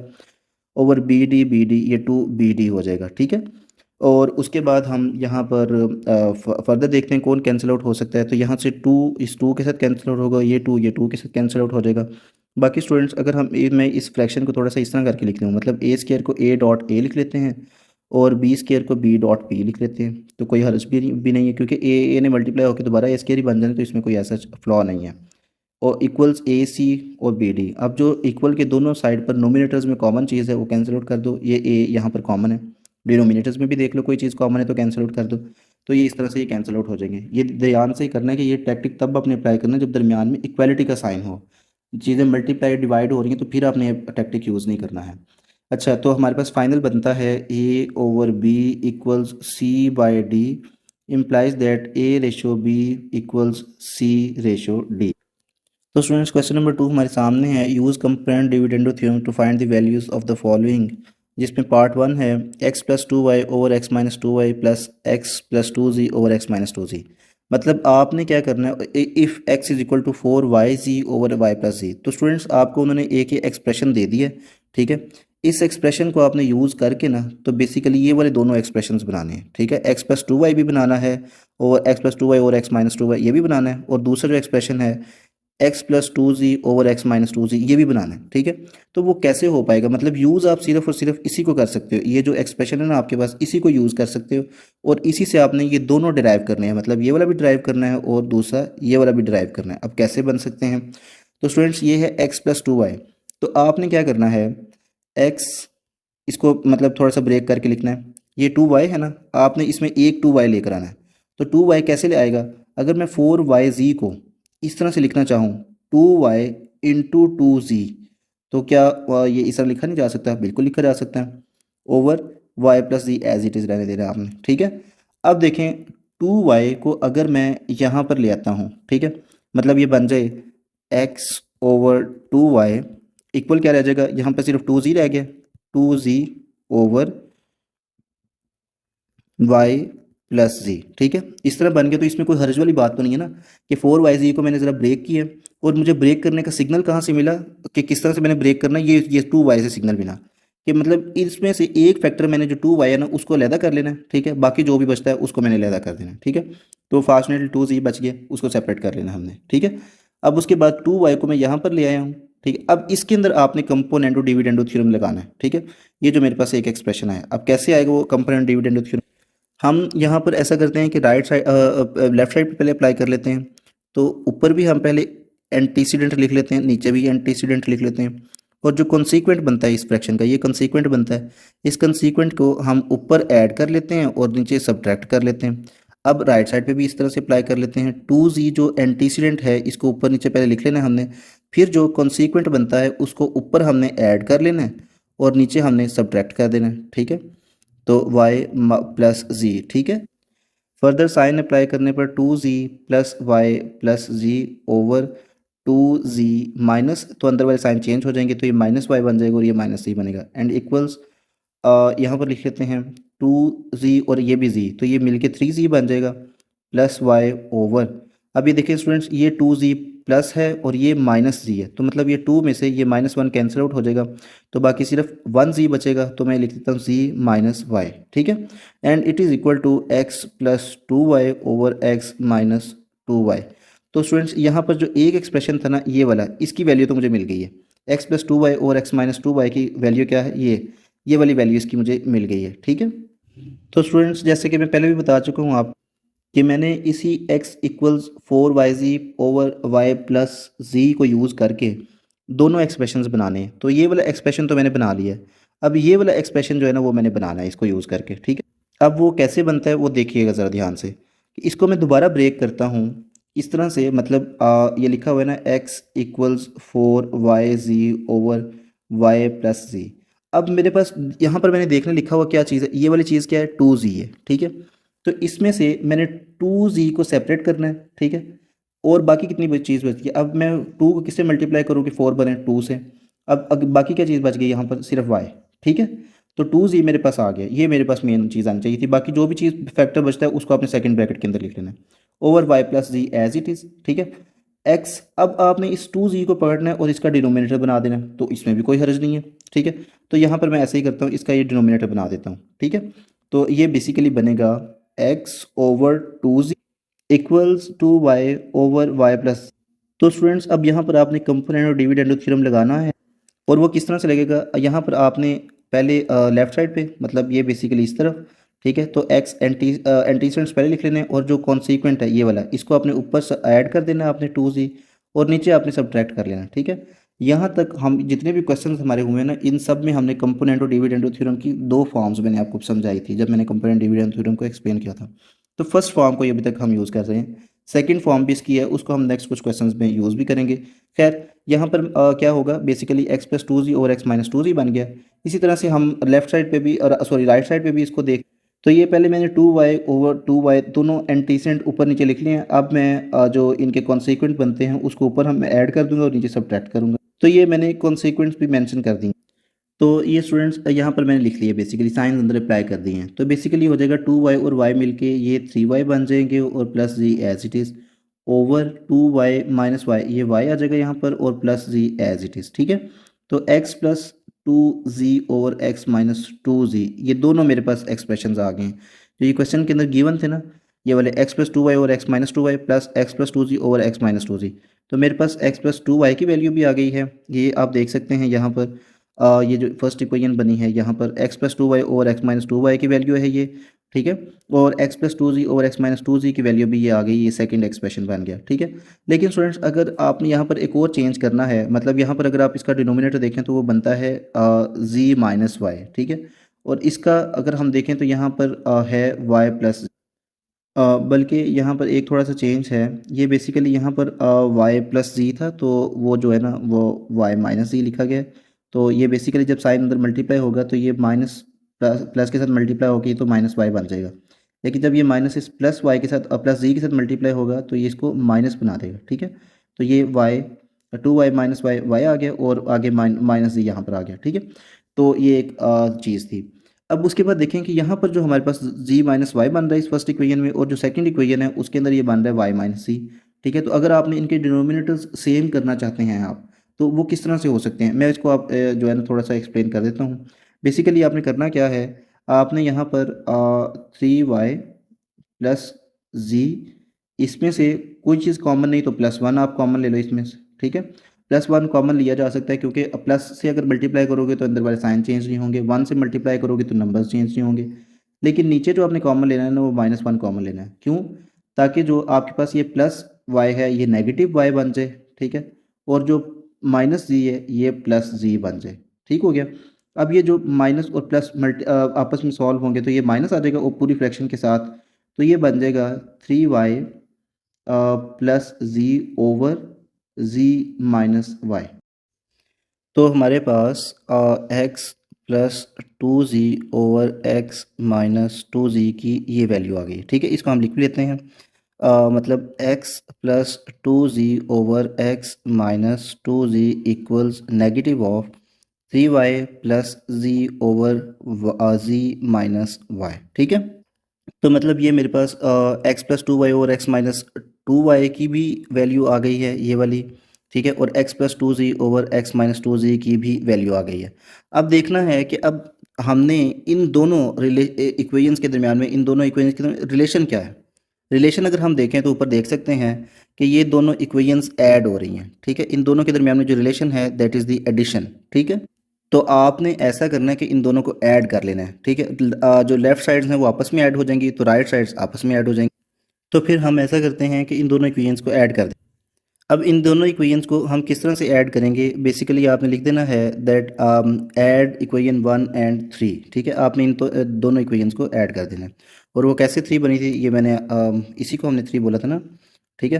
तो अब हम ऐड करते हैं इनको। X plus two Y over x minus two Y plus, अब इसकी इक्वेशन वन की लेफ़्ट साइड में लिख लिया है, तो इक्वेशन टू ये जो थ्री है, इक्वेशन थ्री इसकी भी लेफ़्ट साइड ही यहाँ पर लिखूँगा एक्स प्लस टू जी over x minus two z. ठीक है। अब राइट साइड्स आपस में ऐड हो जाएंगी, मतलब क्या है थ्री जी प्लस वाई ओवर जी minus Y plus into, क्योंकि यहाँ पर माइनस लगा हुआ है, माइनस थ्री वाई प्लस जी ओवर जी माइनस वाई। ठीक हो गया। अब आपने क्या करना है, इन इक्वेशंस को आपस में सॉल्व कर लेना है। किस तरह से सॉल्व होंगे, जो लेफ्ट साइड वाली इक्वेशंस है उनको हम कुछ भी नहीं कहेंगे, क्योंकि जो क्वेश्चन के अंदर है ना उन्होंने ऐसा इसी तरह से लिखी हुई थी और उन्होंने बोला था कि आपने इनको फर्दर सॉल्व करके इनकी वैल्यूज़ फाइंड करनी है। ठीक है। तो इनको हमने फर्दर सॉल्व नहीं करना, बल्कि हमने क्या करना है, सिर्फ और सिर्फ जो राइट साइड पे इक्वेशंस हैं उन्हीं को सॉल्व। तो हम फर्दर राइट साइड वाली इक्वेशंस को सॉल्व कर लेते हैं। ये हो जाएगा थ्री जी प्लस वाई ओवर जी माइनस वाई। अब ये प्लस और माइनस ये मल्टीप्लाई हो रहे हैं तो माइनस थ्री वाई प्लस जी ओवर जी माइनस वाई। अब हमारे पास डिनोमिनेटर्स सेम है, z minus y as it is, और तो नोमिनेटर भी एज इट इज़ लिख लेंगे। नोमिनेटर में है थ्री जी प्लस वाई माइनस, अब यहाँ पर ब्रैकेट आएगी, ये होगा into three Y plus Z. तो अब हम इसको सॉल्व करते हैं, थ्री जी प्लस वाई, अब ये दोनों पॉजिटिव नंबर्स हैं तो ये पॉजिटिव साइंस चेंज होकर नेगेटिव हो जाएंगे। क्यों? क्योंकि बाहर माइनस लिखा हुआ है। तो हो जाएगा माइनस थ्री वाई प्लस जी ओवर जी माइनस वाई। अच्छा जी, अब यहाँ पर आप देखें कि थ्री जी बेसिकली यहाँ पर ये नेगेटिव है, तो थ्री जी में से एक वन जी माइनस हो जाएगा। ठीक है। तो क्योंकि यहाँ पर माइनस था ना बाहर, तो अंदर वाले साइंस ये भी माइनस हो गया और ये भी माइनस हो गया। Okay, three G positive number है, इसमें से एक माइनस जब होगा तो बाकी हमारे पास आ जाएगा टू जी। ठीक है। इसी तरह से y का एक पॉजिटिव है और तीन नेगेटिव है। ठीक है। तो ये नेगेटिव टू वाई आ जाएगा। ठीक है, ओवर जी माइनस वाई। अब आप एक चीज़ स्टूडेंट्स यहाँ पर नोट कर सकते हैं कि टू इसमें भी है और इसमें भी है, तो टू को आप कॉमन ले लें, अंदर आ जाएगा जी माइनस वाई ओवर जी माइनस वाई। ठीक है, अब ये पूरा एक्सप्रेशन इस जी माइनस वाई से कैंसिल आउट हो जाएगा और हमारा आंसर आ जाएगा टू। ठीक है, this is the value of x plus two Y over x minus two Y plus x plus two ji over x minus two z. ठीक है, होपफुली आपको समझ आ गई होगी, तो वीडियो को आप बैक करके भी देख सकते हैं। तो स्टूडेंट्स नेक्स्ट क्वेश्चन हमारे पास है, नेक्स्ट पार्ट है, find the value of m plus five N over m minus five N plus m plus five P over m minus five P if x is equal to ten N P over n plus P. तो students आपने अब उसी तरह से ये दोनों expressions इसी x वाले एक्सप्रेशन में से ड्राइव करने हैं। कैसे? मैंने सबसे पहले क्या करना है, इसको ब्रेक करना है इस तरह से कि मतलब x इज इक्वल टू, यहाँ से मैंने हिंट ले लेना फाइव एन। ठीक है, ये फाइव एन लिखा हुआ है, तो आपने ये क्या करना है, इसमें से फाइव एन सेपरेट लिख लेना है एक फैक्टर, और दूसरा जो भी अब बच के टेन एन पी बनता है उसको आपने दूसरी ब्रैकेट में लिख देना है। तो five how men are ten, five two are ten, और एन हमारे पास है, बाकी पी रह गया, पी यहाँ पर लिखते हैं आप। ठीक है, ओवर एन प्लस पी।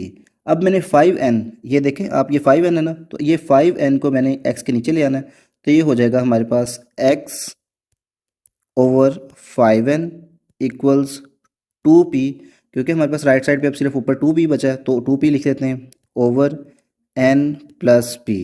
ठीक हो गया। अब मैंने क्या करना है, इसको इस पे जो है ना, अब कंपोनेंट डिविडेंड थ्योरम अप्लाई कर देना। अब यहाँ पर अगर हम कंपोनेंट डिविडेंड थ्योरम लगाएं, तो मैं एंटीसीडेंट को पहले ऊपर नीचे लिख लेता हूँ। अब जो कॉन्सिक्वेंट है इसको ऊपर ऐड कर देना है और नीचे सब्ट्रैक्ट कर देना है आपने। ठीक है, और उसके बाद जो इसी तरह से आपने राइट साइड पे करना है, एंटीसीडेंट को ऊपर नीचे आप पहले लिख लें, और फिर जो हमारे पास इस साइड का कॉन्सिक्वेंट है उसको आप ऊपर ऐड कर दें, N plus P minus N plus P. ठीक हो गया। और उसके बाद आपने इसको फर्दर सॉल्व करना है, two P plus N plus P over two P minus, तो माइनस अंदर प्लस प्लस है तो दोनों नेगेटिव हो जाएंगे क्योंकि बाहर माइनस है, मतलब ये माइनस और प्लस मिलके माइनस एन, और इसी तरह से माइनस और प्लस मिलके माइनस पी। ठीक है, ये हो जाएगा टू पी और एक पी दोनों मिलके थ्री पी प्लस एन, क्योंकि यहाँ पर टू है और यहाँ पर वन, और दोनों के साथ पॉजिटिव साइन है, तो पॉजिटिव पॉजिटिव आपस में ऐड हो जाएंगे और बनेगा प्लस थ्री पी, और ये एन एज इट इज़ आ जाएगा यहाँ पर। और उसके बाद ओवर टू पी में से ये एक माइनस हो रहा है। ठीक है, बेसिस सेम है तो उसको कोएफिशिएंट सॉल्व हो सकते हैं आपस में, और दो पी में से एक पी जाएगा तो एक पी बच जाएगा, और बाकी हमारे पास minus n as it is आ जाएगा। तो मतलब मेरे पास x plus five N over x m plus five N over M minus five n की वैल्यू तो आ गई है। अब मैंने दूसरा एक्सप्रेशन है ये वाला, M plus five P over M minus five P, इसको भी सेपरेट कर लेना है, इसको भी इससे फाइंड करना है एक्स वाले रिलेशन से। किस तरह से? इसको दोबारा हम ब्रेक करते हैं, पहले इस तरह से ब्रेक किया था, अब दोबारा ब्रेक करते हैं इसको। दोबारा किस तरह से ब्रेक करेंगे, x is also equal to, ये आपने फाइव पी देख लेना है। ठीक है, जिस तरह यहाँ फाइव एन देखा था ना, अब फाइव पी का फैक्टर आपने सेपरेट कर लेना है, और बाकी जो फैक्टर बचता है जिनको मल्टीप्लाई करके टेन एन पी बन सकता है उसको आपने सेकंड ब्रैकेट में लिख लेना है। ठीक है, five how men are ten, two are ten, क्योंकि ये टेन लिखा हुआ है ना तो टेन बनाना है हमने, क्योंकि अब इसको चेंज थोड़ी करना है, मतलब कि चेंज इस सेंस में करना है आपने कि सिर्फ इसके फैक्टर्स बना लेने हैं। चेंज इस सेंस में नहीं करना कि टेन को आप ट्वेंटी बना दो तो कोई मसला नहीं, नहीं फिर प्रॉब्लम हो जाएगी। तो आपने टेन को टेन ही रहने देना, जस्ट आपने फैक्टर बना लेना। फैक्टर किस तरह से, ये फाइव पी लिखा हुआ है, फाइव पी को मैंने सेपरेट कर लिया, सेपरेट फैक्टर बना लिया। अब five how men are ten, five two are ten, ये मैंने टू लिख लिया। अब पी मैंने यहाँ पर लिखा हुआ है, तो बाकी कौन सा एक वेरिएबल बचा है, एन, एन को इस ब्रैकेट में लिख लो ओवर एन प्लस पी। तो मैं इस फाइव पी को दूसरी तरफ ले जाता हूँ। ठीक है, तो ये हो जाएगा X over five P equals, इधर टू एन सिर्फ रह गया, two N over N plus P. अब इस एक्सप्रेशन पे आपने कंपोनेंट डिविडेंड थ्योरम लगा देना। ठीक, अब यहाँ पर अगर मैं कंपोनेंट डिविडेंड थ्योरम अप्लाई करता हूँ तो ये फर्स्ट फ्रैक्शन का, इस फ्रैक्शन का एंटीसीडेंट पहले आपने ऊपर नीचे लिख लेना है, और फिर जो कॉन्सिक्वेंट है उसको ऊपर आपने ऐड कर देना है और नीचे आपने सब्ट्रैक्ट कर देना है। इसी तरह से जो राइट साइड है, राइट साइड का भी एंटीसीडेंट पहले आप ऊपर नीचे दोनों लिखते हैं। ठीक है, और जो कॉन्सिक्वेंट है इसको आप पहले ऊपर की तरफ सब ऐड कर दें आप एन प्लस पी, और नीचे की तरफ आपने इसको सब्ट्रैक्ट कर देना है। ठीक है, अब एन प्लस पी को सब्ट्रैक्ट कर फर्दर सॉल्व करते हैं, तो ये बनता है two N plus P over two N minus, ये दोनों पॉजिटिव नंबर है तो ये दोनों ही नेगेटिव बन जाएंगे, तो ये हमारे पास हो जाएगा टू एन और एक एन, थ्री एन हो गया, प्लस पी ओवर 2n में से n गया तो बाकी n बचा और माइनस p आ गया, ठीक है। तो दूसरी इक्वेशन हमारे पास बन जाएगी x plus 5p over x minus 5p equals 3n plus p over n minus p, ठीक है। तो ये हमारे पास आंसर आया। तो इसको स्टूडेंट्स हमने इस तरह से मॉडिफाई करना है जैसे पहले किया था, क्योंकि यहाँ पर अगर आप डिनोमिनेटर देखें तो इधर है p माइनस एन, ठीक है, लेकिन यहाँ पर है n माइनस पी। तो मतलब वेरिएबल्स के साइन डिफरेंट हैं, मतलब अगर p पॉजिटिव है यहाँ पर तो यहाँ पर p नेगेटिव है, इधर n पॉजिटिव है तो यहाँ पर फर्स्ट इक्वेशन में n नेगेटिव है। तो आपने क्या करना है, इसमें से -1 को कॉमन ले लेना है। जब आप इसमें से -1 को कॉमन ले लोगे तो साइन चेंज हो जाएंगे। मतलब आपको मैं बताता हूँ यहाँ पर क्या करना है हमने, यहाँ पर हम क्या किस तरह से करेंगे, x प्लस, सॉरी ये m है बेसिकली, m प्लस, इसको हम शुरू से ही x लिखते आ रहे थे, ये बेसिकली हमारे पास m है, ठीक है, m है, ये इस तरह से है। तो इधर भी यहाँ पर भी m ही आएगा, इधर भी m, और बाकी हमारा हमने सही लिखा हुआ है, ठीक है। और इधर भी बल्कि यहाँ पर भी m और इधर भी m ही है। तो स्टूडेंट्स मैंने ये इक्वेशन इस जगह पर लिख ली है। तो बेसिकली यहाँ पर n माइनस पी है, आपने क्या करना है, यहाँ पर -1 कॉमन लेना है और इसको लिख देना है p माइनस एन। क्यों 1 मैंने इसलिए कॉमन लिया कि 1 से अगर इन नंबर्स को मल्टीप्लाई करें तो कोई फ़र्क नहीं पड़ेगा, क्योंकि 1 से जिसको मर्जी मल्टीप्लाई करो वो नंबर सेम ही रहते हैं, ठीक है। तो इसके कोएफिशिएंट्स को तो कोई फ़र्क नहीं पड़ेगा, लेकिन जो 1 के साथ ये नेगेटिव साइन है ना, ये इनके साइंस को चेंज कर देगा, मतलब n को नेगेटिव बना देगा, -n बना देगा, और p को, मतलब p के साथ नेगेटिव था तो उसको पॉजिटिव बना दिया, ठीक है। अब आपने क्या करना है, ये ऊपर हमारे पास +1 कॉमन है, सब में ही +1 कॉमन होता है, क्योंकि 1 से इनको मल्टीप्लाई करोगे तो कोएफिशिएंट्स को कोई फ़र्क नहीं पड़ेगा, प्लस से अंदर साइंस को मल्टीप्लाई करोगे तो प्लस भी से भी साइंस को भी कोई फ़र्क नहीं पड़ेगा। तो हमारे पास फिर फाइनली इक्वेशन बन जाएगी m plus 5p over m minus 5p equal, ये नेगेटिव पॉजिटिव क्या कटेंगे, ये माइनस, टोटल इक्वेशन के साथ 3n plus p over p minus n। तो ये एक दरमियान में स्टेप है जो कि आपके कैलकुलेशंस को बहुत आसान बना देगा, ठीक है। तो आपने इस स्टेप को ऐड कर लेना है। अब आपके पास ये दूसरी इक्वेशन बन चुकी है, now you need to add the first and second equation. तो स्टूडेंट्स मैंने इन दोनों इक्वेशंस को अब ऐड कर दिया। तो बेसिकली जब ऐड करते हैं तो लेफ़्ट साइड में ऐड होगी, मतलब ये वाली साइड इसमें ऐड अप हो जाएगी, मतलब m plus 5n over m minus 5n plus m plus 5p over m minus 5p। और जो इसी तरह से राइट साइड्स हैं वो आपस में ऐड अप हो जाएंगी, और ये वाली चीज़ पूरी, और ये राइट साइड पे आ जाएगा 3p plus n over p minus n plus, अब ये जो एक्सप्रेशन है ना इसकी वैल्यू ये कंप्लीट है, मतलब इस एक्सप्रेशन की आप देखें ये कंप्लीट वैल्यू है, negative of 3n plus P over P minus N. तो मैं इधर तो प्लस लिख दूंगा, लेकिन इसकी जगह पर मैं पूरा, जिस तरह यहाँ प्लस लिखा हुआ है इधर भी मैंने यहाँ पर प्लस तो लिख दिया दोनों फ्रैक्शंस के दरमियान, लेकिन इसकी जगह पर मैं क्या करूँगा, ये पूरा एक्सप्रेशन लिखूंगा, मतलब नेगेटिव ऑफ 3n ओ plus P over P minus. Hopefully आपको इस चीज़ की समझ आ गई हो। अब ये मेरे पास क्वेश्चन है, इसको मैंने फर्दर सॉल्व करना है टू फाइंड द आंसर। तो हो जाएगा 3p plus n over p minus n, ये प्लस इस माइनस का तो मल्टीप्लाई होकर माइनस हो जाएगा, और 3n plus p over p minus n। अब देखें डिनोमिनेटर्स मेरे पास सेम है, कितना आसान है, p माइनस n लिखो और इधर 3p plus n minus brackets, ये पूरा एक्सप्रेशन आपने ब्रैकेट में लिखना है, ठीक है। कभी भी आपने ब्रैकेट के बगैर नहीं लिखना, अदरवाइज आपका क्वेश्चन गलत हो सकता है। तो बहुत सोच समझ के आपने क्वेश्चंस को सॉल्व करना है, अदरवाइज क्वेश्चंस के अंदर प्रॉब्लम हो जाती है। 3p प्लस n माइनस, दोनों के साइंस चेंज हो, मतलब कि हमारे पास अगर 3n के साथ प्लस है तो ये नेगेटिव 3n बन जाएगा, p के साथ भी प्लस है तो ये माइनस p बन जाएगा ओवर p माइनस n। इसी तरह से 3p में से बेसिकली एक p माइनस हो जाएगा तो ये बचेगा 2p, और ये -3n है और ये +3n, तो ये -2n बाकी बच जाएगा over p minus n।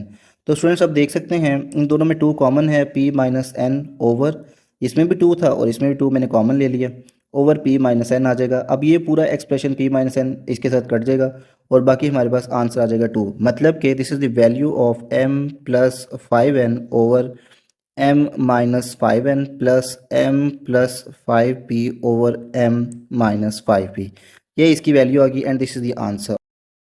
Part 3 इस क्वेश्चन का हमारे सामने है, find the value of x minus 6a over x plus 6a minus x plus 6b over x minus 6b if x is equal to 12ab over x a minus b। तो students आपने क्या करना है, इस वाले expression को use करना है, मतलब x is equal to 12ab over a minus b, ठीक है। इसको आपने यूज़ कर लेना है, कैसे, यहाँ पर आपने क्या करना है, एक 6a को अपने जेन में रखना है आपने, ठीक है। 6 ए इसमें से सेपरेट कर लो और दूसरा जो बाकी का फैक्टर है ना, मतलब जिस फैक्टर को मल्टीप्लाई करके 12 ए भी आ रहा है उसको आपने सेकंड ब्रैकेट में लिख लेना। 6 हाउ मेनी जार 12, 6 2 जार 12, ए तो आपने लिखा हुआ है, बी भी यहाँ पर लिख लो, ठीक है, ताकि इन दोनों को मल्टीप्लाई करके दोबारा आपका 12 ए भी आ सके, over A minus B as it is. अब स्टूडेंट्स यहाँ पर 6 ए था, 6 ए को आपने क्या करना है, इस दूसरी तरफ ले आना है, ये हो जाएगा x over 6 A equals 2b over a minus B, ठीक हो गया। अब आपने यहाँ पर कंपोनेंट डिविडेंड थ्योरम लगा देना है, लेकिन उसका ज़रा ख्याल रखना है। किस तरह से? पहले हम जब भी कंपोनेंट डिविडेंड थ्योरम लगाते थे तो उसमें एंटीसीडेंट्स को तो हम पहले ऐसे लिख लेते हैं, x को ऊपर भी लिख लिया और x को इधर नीचे भी लिख लिया, क्योंकि इस फ्रैक्शन का जो एंटीसीडेंट है वो x है, ठीक है, ऊपर आ रहा है ये। तो लेकिन कंसीक्वेंट को हम ऊपर ऐड करते थे और नीचे सब्ट्रैक्ट करते थे। लेकिन यहाँ पर स्टूडेंट्स देखें कि ये जो है ऊपर सब्ट्रैक्ट हुआ है और ये नीचे ऐड हुआ है, तो ये बेसिकली कंपोनेंट डिविडेंडो थ्योरम की दूसरी फॉर्म थी। तो यहाँ पर भी हम यही करेंगे, x minus 6a over x plus 6a equals. अब यहाँ पर जो इस इक्वेशन की राइट साइड है उधर भी हम यही स्लोक करेंगे, मतलब 2b ऊपर माइनस करेंगे, पहले बल्कि हम एंटीसीडेंट्स लिख लेते हैं, 2b नीचे ऊपर नीचे हमने लिख लिया। अब कंसीक्वेंट्स को मतलब a माइनस बी जो इसका कंसीक्वेंट है उसको आपने ऊपर सब्ट्रैक्ट करना है, क्योंकि हमने लेफ्ट साइड पर भी तो इसको सब्ट्रैक्ट किया है। तो तो हम जब लेफ्ट पे हमने इसे सब्ट्रैक्ट किया है तो कंसीक्वेंट को ऊपर, और नीचे हमने कंसीक्वेंट को ऐड किया है, तो हम राइट साइड पर भी ऐसे ही करेंगे, ठीक है, a माइनस बी को ऊपर सब्ट्रैक्ट करेंगे और नीचे हम इसको ऐड कर देंगे, ठीक है, ये a माइनस बी, ठीक हो गया। साइंस को अपने अंदर अप्लाई कर लेना है, 2b माइनस, ये बेसिकली प्लस ए है तो ये माइनस ए हो जाएगा, ये नेगेटिव बी है तो ये प्लस बी हो जाएगा, ओवर 2b प्लस ए और माइनस बी, क्योंकि बाहर प्लस था तो इसलिए अंदर के साइन चेंज नहीं हुए हैं, ठीक है। फर्दर सॉल्व करने पर 2b में एक 1b ऐड हो जाएगा तो ये 3b आ जाएगा, ओवर 2b में से एक b सब्ट्रैक्ट हो जाएगा क्योंकि यहाँ पर माइनस हुआ है तो ये बाकी a प्लस b आ जाएगा, ठीक है, क्योंकि 2b में से एक b गया तो बाकी सिर्फ b बच गया और वो प्लस का, क्योंकि इसके बड़े नंबर के साथ भी प्लस है। तो हमारे पास जो x minus 6a over x plus 6a आया है इसकी ये वैल्यू आ गई है, ठीक हो गया। यहाँ पर माइनस ए भी आएगा, ठीक है, क्योंकि माइनस ए को तो हमने मिस नहीं ना, स्किप नहीं करना है, वो भी आ गया। अच्छा, ये हमारे पास कंपोनेंट डिविडेंड थ्योरम लगाकर हमने यहाँ पर फाइंड कर लिया। अब दूसरा हम अगेन x को लिखते हैं as it is, x is equal to 12ab over a minus B. अब चूंकि ये वाला एक्सप्रेशन हम फाइंड कर चुके हैं, इसकी वैल्यू वो यहाँ पर आ गई है, इसको हम इक्वेशन 1 का नाम भी दे देते हैं, ठीक है, दिस इज फर्स्ट इक्वेशन। अब हमने यहाँ पर सेकेंड एक्सप्रेशन जो है ये वाला, इसको फाइंड करना है। कैसे? यहाँ से आपने जहन में रख लेना 6b, तो आपने 12ab को इस तरह से ब्रेक करना है कि मतलब एक फैक्टर इसका 6b और जो दूसरा फैक्टर जो मर्जी है वो आपने यहाँ पर लिख देना। अब 6 how many jar 12, 6 2 jar 12, b आपने यहाँ पर लिखा हुआ है, a बाकी रह गया, a को आप सेकंड फैक्टर में लिख दो, ठीक है, over a minus B X के इक्वल है। अच्छा, अब आपने यहाँ पर 6b को अपने, मैंने बोला था ना जेन में रखना है। अब जो आपके पास 6b आपने अंडर ऑब्जर्वेशन रखा हुआ था इसको आपने क्या करना है, लेफ्ट साइड पर ले आना, ठीक है, और जब भी लेफ्ट साइड पर आएगा जो ऊपर मल्टीप्लाई हो रहा था नीचे डिनोमिनेटर में आ जाता है वो, जब दूसरा इक्वल के लेकर आते हैं उसे, तो ये x ओवर 6b हो जाएगा equals to a over a minus B. अब देखें स्टूडेंट्स, ये यहाँ पर कंपोनेंट डिविडेंड थ्योरम कैसे अप्लाई हो। यहाँ पर आपने देखना है कि अगर ऊपर ऐड हुआ है कंसीक्वेंट तो उसे नीचे सब्ट्रैक्ट करना है, ठीक है। तो यही यहाँ पर हम यही काम करते हैं, मतलब कंपोनेंट डिविडेंड थ्योरम की फर्स्ट फॉर्म यहाँ पर अप्लाई होगी।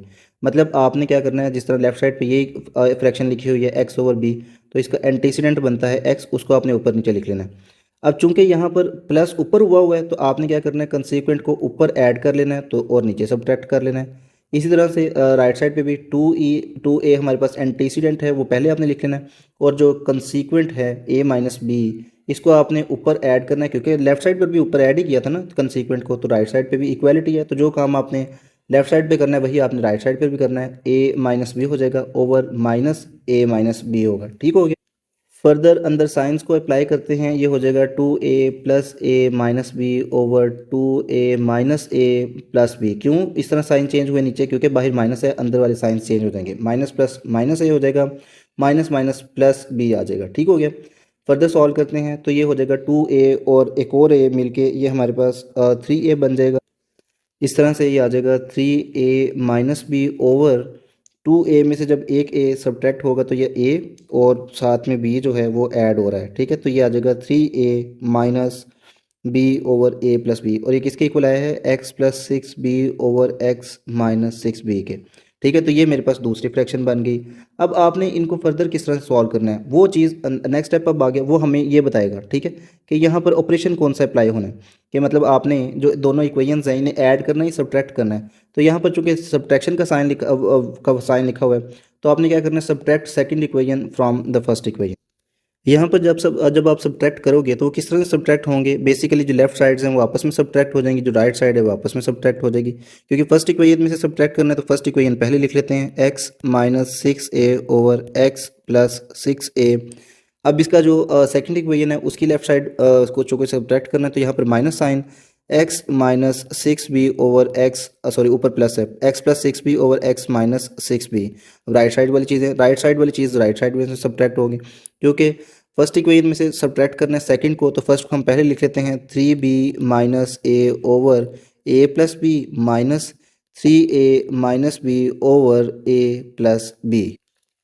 तो स्टूडेंट्स यहाँ पर हमारे पास डिनोमिनेटर्स तो सेम ही है, a प्लस बी, यहाँ पर आपने एज इट इज़ लिखना है। तो हो जाएगा 3b minus a minus bracket लगानी है, जब भी माइनस आए तो आपने हमेशा पहले ब्रैकेट लगानी है, फिर उसके बाद आपने ये अंदर वाले एक्सप्रेशंस लिखने हैं, 3a माइनस बी। अब ब्रैकेट के अंदर जो है ना वो माइनस साइन को अप्लाई करेंगे, तो माइनस, ये अंदर प्लस है तो ये माइनस 3a हो जाएगा, ये माइनस है तो ये प्लस b हो जाएगा, क्योंकि माइनस माइनस बी होता है, माइनस माइनस प्लस होता है, ओवर a प्लस बी। अब 3b और ये भी एक हमारे पास जो है ना प्लस बी है, तो ये हमारे पास आ जाएगा 4b। इसी तरह से माइनस a और माइनस 3a ये कितने बन जाएंगे, माइनस 4a बन जाएंगे, ओवर a प्लस, ये मैंने लिख लिया। अब आपके पास देखिए स्टूडेंट्स, हमारे पास जो 4 है ना वो कॉमन आ रहा है। ठीक है, इन दोनों वर्ड्स के अंदर है ये, मतलब 4a minus 4b minus 4a है, तो 4 को आप कॉमन ले लो और b minus a over a plus b। ठीक है, और इनकी लेफ्ट साइड वाली भी चीज़ें लिख लो, मतलब वो हैं x minus 6a over x plus 6a minus x plus 6b over x minus 6b। ठीक है, तो यही मेरे पास इसका आंसर आ जाएगा। ठीक है, ये मतलब इनको सब्ट्रैक्ट करने में ये जो चीज़ें थी, जो एक्सप्रेशंस थे जो शुरू में क्वेश्चन में दिए हुए थे उन्होंने, कि आपने कंपोनेंट डिविडेंड थ्योरम लगा के फाइंड करना है, तो मैंने जब इनको सब्ट्रैक्ट किया है तो दोनों एक्सप्रेशंस पहले फाइंड किए हैं इस एक्स की वैल्यू से, और फिर उन दोनों एक्सप्रेशंस को सब्ट्रैक्ट किया, तो मेरे पास जो आंसर आया है वो आंसर है 4 into b minus a over a plus B.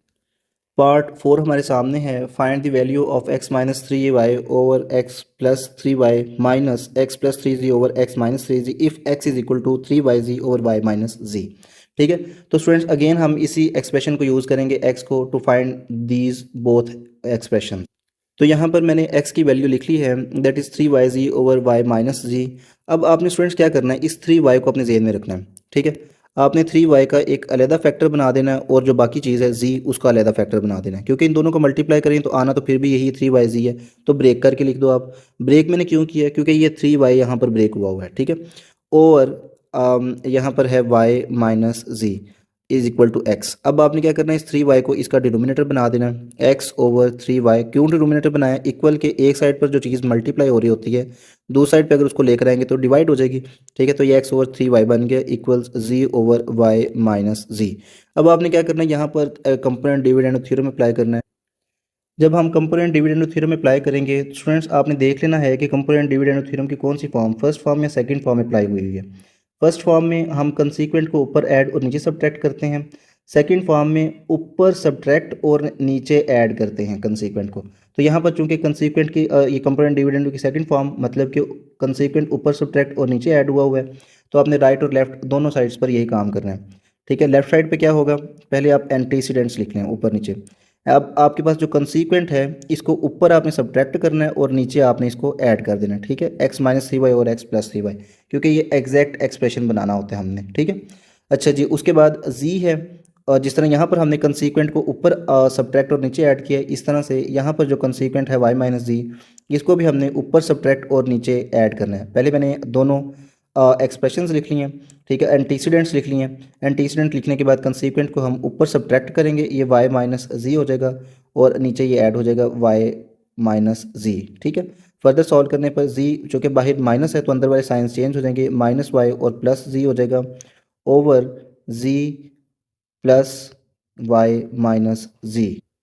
Further इसको सॉल्व करते हैं तो ये हो जाएगा z 1 और ये भी 1z, तो ये 2z हो जाएगा, माइनस y ओवर ये बेसिकली ये वाला जी और ये वाला जी एक के साथ प्लस है, दूसरे के साथ माइनस है, ये दोनों आपस में कैंसिल आउट होंगे, तो ओवर आ जाएगा वाई।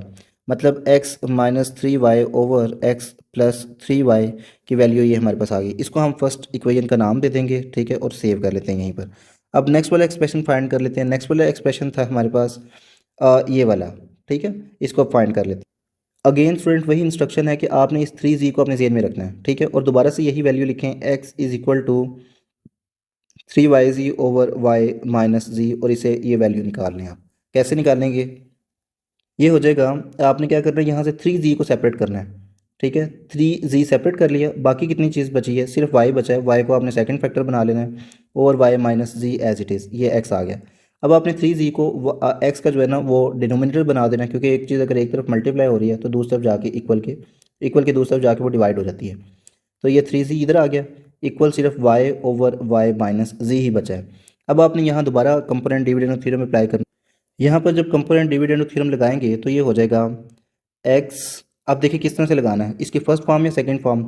फर्स्ट फॉर्म में मैंने बताया था ना कि कंसीक्वेंट को ऊपर आपने ऐड करना है और नीचे सब्ट्रैक्ट, तो यहाँ पर फर्स्ट फॉर्म ही अप्लाई हो रही है, ठीक है। इस एक्सप्रेशन में जैसे लगा हुआ है आपने कंपोनेंट डिविडेंड थ्योरम ऐसे ही अप्लाई करना है। मतलब फर्स्ट फॉर्म में इस तरह से होता है कि आपने एंटीसीडेंट्स पहले लिख लेने और फिर कंसीक्वेंट सेकंड टर्म को बोलते हैं और एंटीसीडेंट फर्स्ट टर्म को बोलते हैं। एंटीसीडेंट्स पहले ऊपर नीचे लिख दिए, उसके बाद कंसीक्वेंट को हम ऊपर जो है वो ऐड कर लेंगे और नीचे हम इसको सब्ट्रैक्ट कर लेंगे। इसी तरह से हम राइट साइड पर भी करेंगे। वाई को पहले हम ऊपर नीचे लिख लेते हैं क्योंकि एंटीसीडेंट है, और जो कंसीक्वेंट है वाई माइनस जी इसको हम ऊपर की तरफ ऐड कर लेंगे वाई माइनस जी, और नीचे की तरफ इसको सब्ट्रैक्ट करेंगे। ये मैंने इधर कर लिया। अब उसके बाद फर्दर सॉल्व करते हैं, साइन अप्लाई करते हैं, वाई प्लस वाई माइनस जी रहेगा, ठीक है, ओवर वाई, ये प्लस वाई है तो प्लस माइनस माइनस वाई हो जाएगा, और माइनस ये माइनस के साथ मल्टीप्लाई होकर प्लस जी आ जाएगा, ठीक है, माइनस प्लस वाई के साथ कैंसिल आउट हो जाएगा, और ये बन जाएगा हमारे पास। इसको हम फर्दर लिख लेते हैं सेकंड फॉर्म जो बनती है, और बल्कि इसी फॉर्म को इस तरह से लिख लेते हैं, x plus three z over x minus three z equals y, और वाई कितने हो गए, two y minus z over z, ठीक है। इसका हम नाम रख देते हैं सेकंड इक्वेशन, ठीक है। अब स्टूडेंट्स आपने देख लेना है कि दोनों एक्सप्रेशंस के दरमियान में क्या रिलेशन है। ये दोनों एक्सप्रेशन एक दूसरे के साथ सब्ट्रैक्ट हो रहे हैं, ये देखें आप, सब्ट्रैक्ट हो रहे हैं। तो आपने लिख लेना है that subtract this first equation from sorry the second equation from the first equation, ठीक है। तो आपने यहाँ पर लिख लेना है इस चीज़ को। ओके, अब हम यहाँ पर ये लेफ्ट साइड में से लेफ्ट साइड को सब्ट्रैक्ट कर देते हैं क्योंकि सेकंड को फर्स्ट में से करना है। तो बेसिकली फर्स्ट को पहले लिख लेते हैं हम यहाँ पर x minus three y over x plus three y, first में से सेकंड को करना है तो सेकंड को बाद में लिखेंगे, x plus three z over x minus three जी, ठीक है, यहाँ पर आ गया। अब राइट साइड वाली चीज़ें भी लिख लेते हैं हम, टू जी, अब ये फर्स्ट इक्वेशन के राइट साइड पर ये है two z minus y over y. अब आगे हमारे पास साइन कौन सा है, माइनस का, तो यहाँ पर भी माइनस लिख लेते हैं हम। और अब सेकंड इक्वेशन की जो राइट साइड वाली एक्सप्रेशन है वो लिख लेते हैं, two y minus z over z, ठीक हो गया। अब ये मेरे सामने क्वेश्चन है और इसको मैंने फर्दर सॉल्व करना है। ये हो जाएगा हमारे पास डिनोमिनेटर चूँकि वाई है और जी है, इनको हमने यहाँ पर लिख लेना है, ठीक है, जी वाई आपस में मल्टीप्लाई हो जाएंगे। अब देखें कौन सा इनमें से बल्कि क्या करते हैं ऐसा हम इनके डिनोमिनेटर्स यहीं पर सेम कर लेते हैं। वो कैसे, यहाँ पर आप ऊपर नीचे जी से मल्टीप्लाई कर दें, यहाँ पर ऊपर नीचे आप जी से मल्टीप्लाई कर दें, और यहाँ पर आप ऊपर नीचे वाई से मल्टीप्लाई कर दें, क्यों, ताकि जी वाई इनके जो डिनोमिनेटर्स हैं वो कॉमन हो जाएं, ठीक है। तो बेसिकली नेक्स्ट बन जाएगा जी, जब अंदर मल्टीप्लाई होगा इसके साथ भी और इसके साथ भी, तो ये हो जाएगा two z square minus z y minus, अब वाई ने चूँकि इसके साथ भी मल्टीप्लाई हो रहा है और इसके साथ भी, तो ये हो जाएगा, ब्रैकेट लगा लेते हैं, two y square minus z y over z y, ठीक हो गया। ये मैंने इस तरह से लिख लिया। अब उसके बाद चूँकि डिनोमिनेटर्स तो कॉमन है, जी वाई तो मैंने कॉमन एक साथ ही लिख दिया उनको। अब अंदर माइनस साइन अप्लाई करते हैं, ये हो जाएगा two z square minus z y, minus ये प्लस है तो ये माइनस टू वाई स्क्वेयर हो जाएगा, और साथ में ये माइनस है तो ये प्लस जी वाई हो जाएगा ओवर जी वाई। अच्छा जी, अब हम यहाँ पर एक चीज़ देख सकते हैं कि ये नेगेटिव जी वाई और ये पॉजिटिव जी वाई एक दूसरे के साथ कैंसिल आउट हो जाएंगे। बाकी बचता है हमारे पास two z square minus two y square over y z, ठीक है। ये बेसिकली जेड है, टू नहीं है, ठीक है, जी वाई। अच्छा जी, अब उसके बाद यहाँ पर हमारे पास टू कॉमन आ रहा है, टू इंटू जी स्क्वेयर माइनस वाई स्क्वेयर, ठीक है, ओवर वाई जी। ठीक है, ये मेरे पास आंसर आ जाता है। मतलब कि ये हमारे पास आंसर बन जाएगा x-3y over x+3y minus x+3z over x-3z equals 2 × z² - y² over yz। ठीक है, ये हमारे पास आंसर बन गया है। Now let's move to the next part. तो स्टूडेंट्स नेक्स्ट पार्ट है हमारे पास पार्ट नंबर 5, क्वेश्चन नंबर 2 का। इसमें कह रहे हैं कि find the value of s-3p over s+3p plus s+3q over s-3q if s is equal to 6p³ over p minus q। तो स्टूडेंट्स अगेन हम इसी वाले एक्सप्रेशन को यूज़ करेंगे और इन दोनों एक्सप्रेशंस को इसे डिराइव करेंगे और बाद में उन दोनों को ऐड कर लेंगे। ठीक हो, यहाँ पे मैं लिख लेता हूँ s is equal to 6p³ over p minus q। अब यहाँ पे फर्स्ट एक्सप्रेशन ये वाला s-3p ओवर s+3p को ड्राइव करना है, तो 3p को आपने जेन में रखना है। ठीक है, और 3p को पहले लिख लें और उसके बाद जो बाकी एक्सप्रेशन बचता है उसको सेकंड फैक्टर में लिख दें। मतलब 3 how many are 6, 3 2 are 6, p मैंने पहले लिखा हुआ है, अब q यहाँ पर लिख लें आप, over p minus q equals s। अब आपने 3p को क्या करना है, इस तरह ला के डिनोमिनेटर बना देना है। क्यों डिनोमिनेटर बनाना है? इसलिए कि जो एक तरफ चीज़ मल्टीप्लाई हो रही है वो दूसरी तरफ जाके डिवाइड हो जाती है। ठीक है, और s is equal to sorry s over 3p equals 2q over p minus q। अब आपने इस पे कंपोनेंट डिविडेंड थ्योरम अप्लाई कर। अब स्टूडेंट्स कंपोनेंट डिविडेंड थ्योरम की दो फॉर्म्स थी। दो फॉर्म कौन सी थी कि अगर आपने एंटीसीडेंट्स लिख लिया, ठीक है, जिस तरह यहाँ पर फर्स्ट फ्रैक्शन का एंटीसीडेंट s है, ठीक है, ये ऊपर नीचे आपने लिख दिया, तो कंसीक्वेंट के साथ आपने क्या सलूक करना है, मतलब कंसीक्वेंट को ऊपर आपने ऐड और नीचे सब्ट्रैक्ट करना है।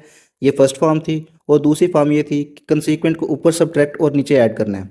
यहाँ पर चूंकि दूसरी फॉर्म अप्लाई हुई हुई है इस एक्सप्रेशन के अंदर, तो मैंने दूसरी फॉर्म यहाँ पर अप्लाई कर दी है, क्योंकि s-3p और s+3p लिखा हुआ है। इधर भी मैंने यही किया है, दूसरी फॉर्म के मतलब कंसीक्वेंट को ऊपर सब्ट्रैक्ट किया और नीचे ऐड किया।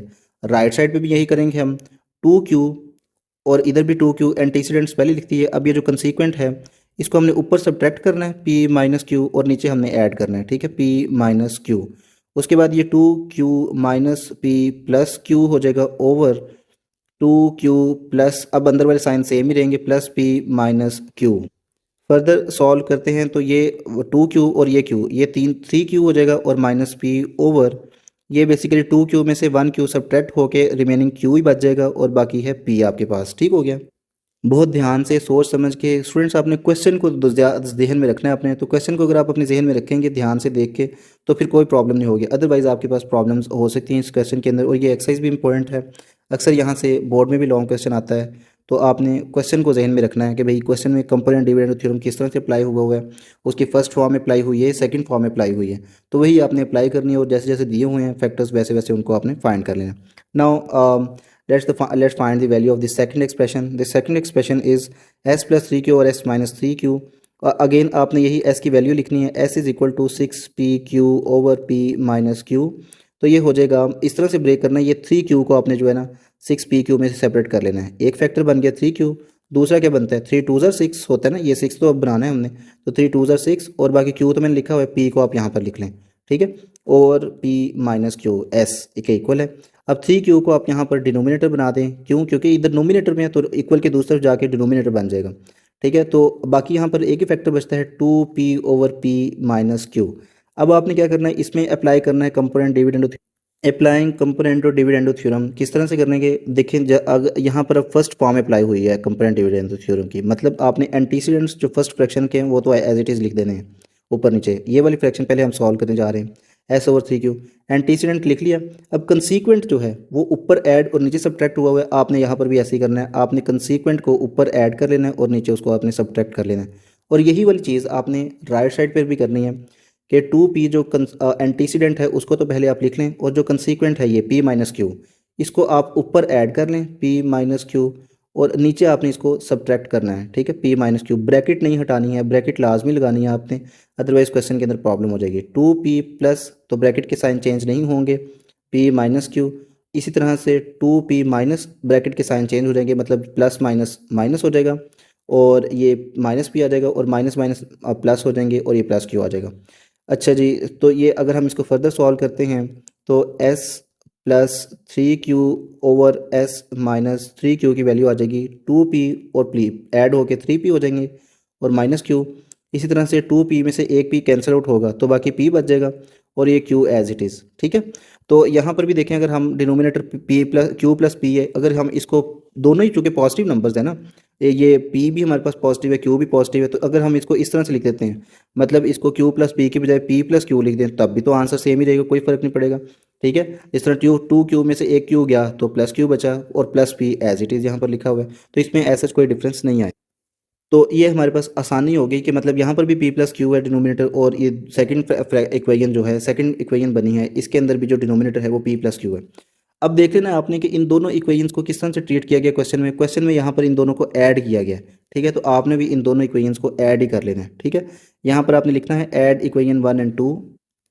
अब आपने फर्स्ट और सेकंड इक्वेशन को ऐड कर देना, किस तरह से, s minus 3p over s plus 3p, left sides आपस में ऐड हो जाएंगी। इधर की लेफ्ट साइड तो मैंने ऐड कर दी है, अब इधर की लेफ्ट साइड देख लेते हैं, ये है s plus 3q over s minus 3q। अब इक्वल के हमारे पास जो दूसरी साइड वाली चीज़ें हैं, मतलब राइट साइड वाली फ्रैक्शंस हैं, उनको भी हम ऐड कर लेते हैं। ये हो जाएगा 3q minus P over p plus q, और प्लस क्योंकि प्लस होनी है लेफ्ट साइड पर भी, तो इधर राइट साइड पर प्लस करेंगे, 3p minus Q over p plus Q. ठीक है, तो स्टूडेंट्स हमारे पास डिनोमिनेटर्स में तो सेम ही है term p plus Q. Nominator देख लेते हैं, ये आ रहा है 3q minus P plus second जो नोमिनेटर है ये वाला, चूँकि बाहर माइनस है तो अंदर वाले साइन चेंज नहीं होंगे, तो 3p माइनस क्यू। ठीक है, अब इस 3q में से एक q कैंसिल आउट होगा तो बाकी बचेगा हमारे पास 2q, और एक p इस प्लस 3p में से कैंसिल आउट होगा तो बाकी बचेगा हमारे पास 2p over p plus q। ठीक है, तो अगर हम इनको इस तरह से लिखते हैं, मतलब 2p को मैं पहले लिख दूँ और 2q को बाद में लिख दूँ, कोई ऐसा डिफरेंस नहीं आएगा, मतलब 2p plus 2q over p plus q। ठीक हो गया। अब यहाँ पर हमने क्या करना है कि 2 इनमें से कॉमन लेना है, 2 कॉमन लिया तो p प्लस क्यू अंदर रह गया आपके पास ओवर p प्लस क्यू, तो ये दोनों एक्सप्रेशंस कैंसिल आउट हो जाएंगे और मेरे पास आंसर आ जाएगा, ये 2 मेरे पास आंसर आ गया। ठीक हो गया, इस तरह से हमने सॉल्व करना है। क्वेश्चन नंबर 6 के अंदर पार्ट 6 में कह रहे हैं x minus 2 whole square minus x minus 4 whole square एक over x minus 2 whole square plus x minus 4 whole square equals 12/13, और इस क्वेश्चन को सॉल्व करना है। जब भी वर्ड आ जाए ना सॉल्व, तो इसका मतलब होता है कि जो वेरिएबल है, जैसा कि यहाँ पर वेरिएबल x है, उसकी आपने वैल्यू फाइंड करनी है। ठीक, तो यहाँ पर हम अप्लाई करते हैं कंपोनेंट डिविडेंडो थ्योरम। तो बेसिकली ये हो जाएगा x minus 2 whole square minus x minus 4 whole square, ये एंटीसीडेंट है इस पूरी फ्रैक्शन का। यहाँ पर हमारे पास ये जो येलो में है ये सारा एंटीसीडेंट है, और जो ये स्काई कलर में है ये हमारे पास सारे क्या है, ये हमारे पास कंसीक्वेंट है। ठीक है, तो आपने किस तरह से करना होता है कंपोनेंट ऑफ डिविडेंड थ्योरम को अप्लाई। हम पहले क्या करते हैं, ऊपर नीचे एंटीसीडेंट्स को लिख लेते हैं as it is x minus 2 whole square और minus x minus 4 whole square, और कंपोनेंट डिविडेंड थ्योरम में हम क्या करते हैं कि उसकी जो फर्स्ट फॉर्म है उसके अकॉर्डिंग जो कंसीक्वेंट होता है उसको ऊपर हम ऐड कर देते हैं। ठीक है, into x minus 2 whole square plus x minus 4 whole square. ठीक हो गया, नीचे आपने इसको सब्ट्रैक्ट कर देना। तो स्टूडेंट्स इसी तरह से मैंने कंसीक्वेंट यहाँ पर पहले नीचे लिख दिया, और राइट साइड पर भी यही है कि जो कंसीक्वेंट हमारा एंटीसीडेंट है 12 है। ठीक है, क्योंकि 12 ऊपर लिखा हुआ है, एंटीसीडेंट और कंसीक्वेंट है 13। तो एंटीसीडेंट पहले मैंने ऊपर नीचे लिख लिया 12 12, और उसके बाद प्लस कर दिया कंसीक्वेंट को ऊपर, और नीचे इसको सब्ट्रैक्ट कर दिया। अब हम यहाँ पर साइंस अप्लाई कर लेते हैं, ये हो जाएगा x minus 2 whole square minus x minus 4 whole square, plus है तो अंदर के साइन सेम ही रहेंगे, मतलब इसके साथ प्लस है तो प्लस ही रहेगा, x minus 2 whole square plus x minus 4 whole square over, ठीक है, x minus 2 whole square minus x minus 4 whole square. अब चूंकि माइनस है तो ये वाले साइंस चेंज हो जाएंगे, यानी कि दोनों ही सब्ट्रैक्शन में कन्वर्ट हो जाएंगे, मतलब कि ये प्लस था तो ये भी माइनस, ये भी प्लस है ये भी माइनस हो जाएगा, तो minus x minus 2 whole square, और यहाँ पर भी minus x minus 4 whole square. अब डिफरेंट साइंस के साथ और इसके बल्कि राइट साइड को भी सॉल्व कर लें, 12 और 13 होता है 25 ओवर प्लस 12 और माइनस 13 का आंसर -1 आ जाएगा। अब जो डिफरेंट साइंस के साथ हैं उनको सब्ट्रैक्ट कर लेते हैं और सेम साइंस वालों को ऐड कर लेंगे, तो ये हमारे पास अगर हम देखें तो negative x minus 4 whole square है और ये positive x minus 4 whole square है, ये कैंसिल आउट हो जाएंगे। इधर अगर हम देखें तो ये positive x minus two whole square है और ये negative x minus two whole square है, तो ये आपस में कैंसिल आउट हो जाएंगे। रिमेनिंग हमारे पास बचेंगे, देखें आपके ये भी हमारे पास प्लस है और ये भी प्लस है, ठीक है। तो इसका भी कोएफिशिएंट वन, इसका भी कोएफिशिएंट वन, तो ये हो जाएगा 2 × x-2 होल स्क्वायर ओवर इसका भी कोएफिशिएंट वन और इसका भी कोएफिशिएंट वन, तो है दोनों नेगेटिव है वैसे, तो ये -2 × x-2 होल स्क्वायर इक्वल्स 25/-1, ठीक है। अब ये टू टू के साथ कैंसिल आउट होगा और ये नेगेटिव इस नेगेटिव के साथ कैंसिल आउट होगा, क्योंकि जो डिनोमिनेटर्स में जो चीज़ें सेम होती हैं उनको हम कैंसिल आउट कर सकते हैं इक्वल के दोनों ऑपोजिट साइड्स पर। ये बात याद रखनी कि इक्वल के ऑपोजिट साइड पर जो डिनोमिनेटर्स या फिर नोमिनेटर्स में सेम होती हैं चीज़ें उनको हम कैंसिल आउट कर सकते हैं। क्यों?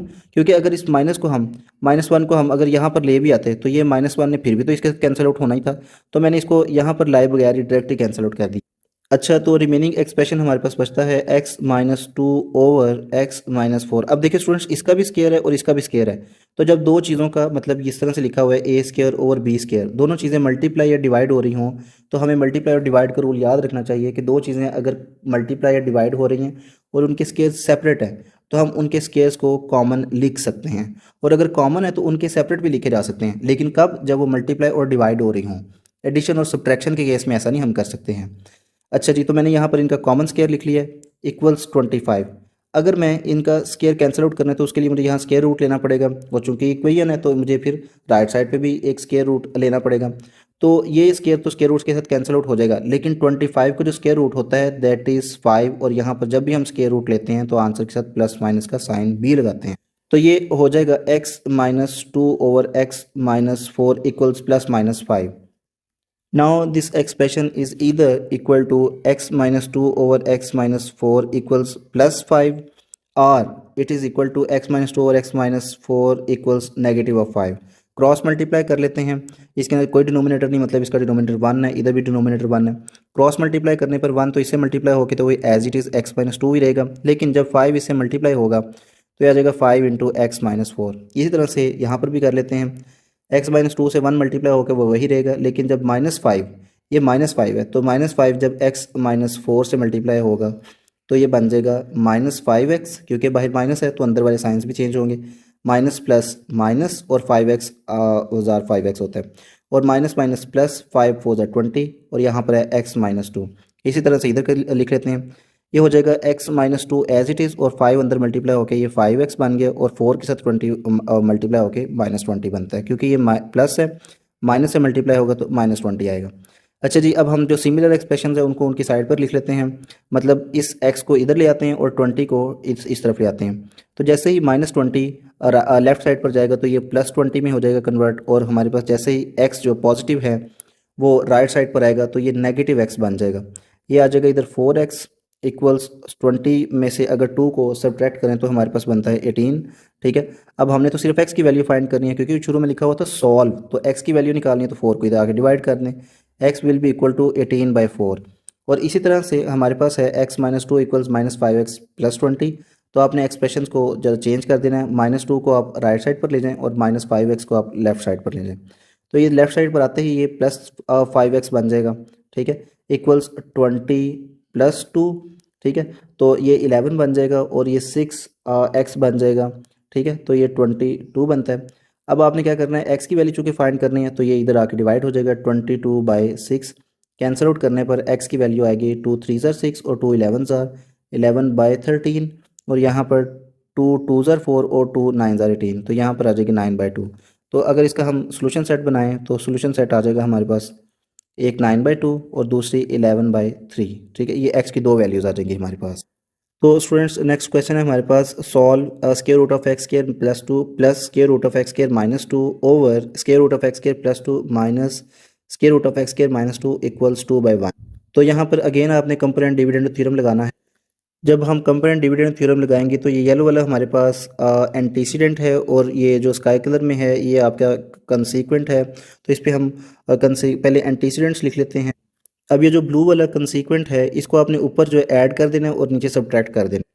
इसी तरह से हमने राइट साइड पर भी 2/2 पहले एंटीसीडेंट्स लिख दिए, अब जो कंसीक्वेंट 1 है उसको ऊपर आप प्लस कर दें और नीचे माइनस कर दें।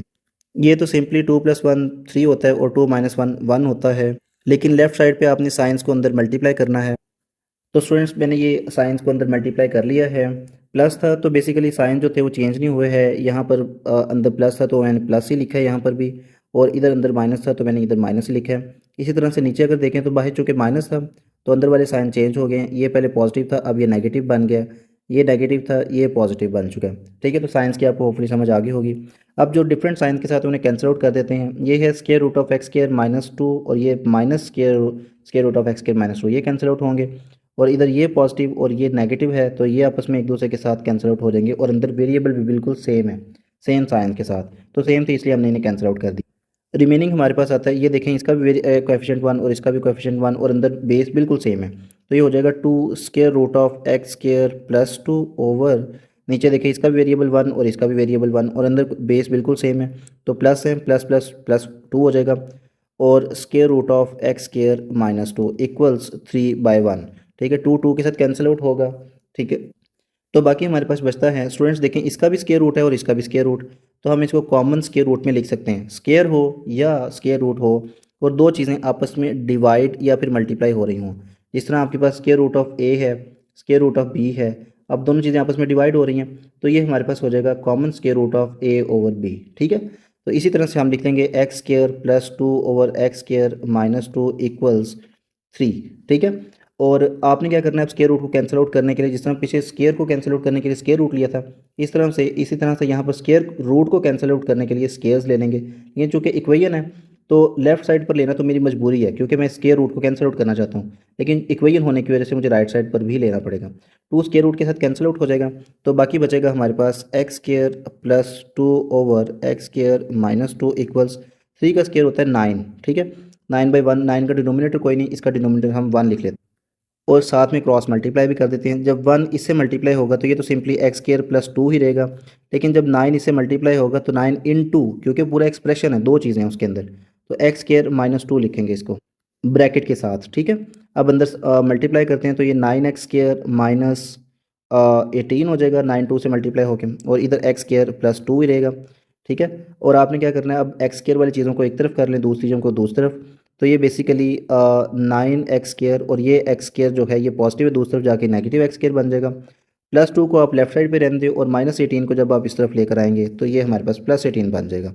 और ये बेसिकली 9x स्क्वायर में से जब हमारे पास एक्स स्क्वायर कैंसिल आउट होगा तो ये बचेगा 8x स्क्वायर, तो 2 और 18 मिलके 20 बन जाएंगे। ठीक है, अब हमने तो सिर्फ एक्स की वैल्यू फाइंड करनी है, तो एक्स स्क्वायर को ऐसा करते हैं, इस साइड पे रहने देते हैं और 8 को दूसरी तरफ ला के डिवाइड कर देते हैं, ये हो जाएगा 20/8। ठीक है, अब हमने क्या करना है, दोनों तरफ स्क्वायर रूट लेना है ताकि ये स्क्वायर कैंसिल आउट हो, क्योंकि मैंने सिर्फ और सिर्फ एक्स की वैल्यू फाइंड करने का मुझे बोला गया।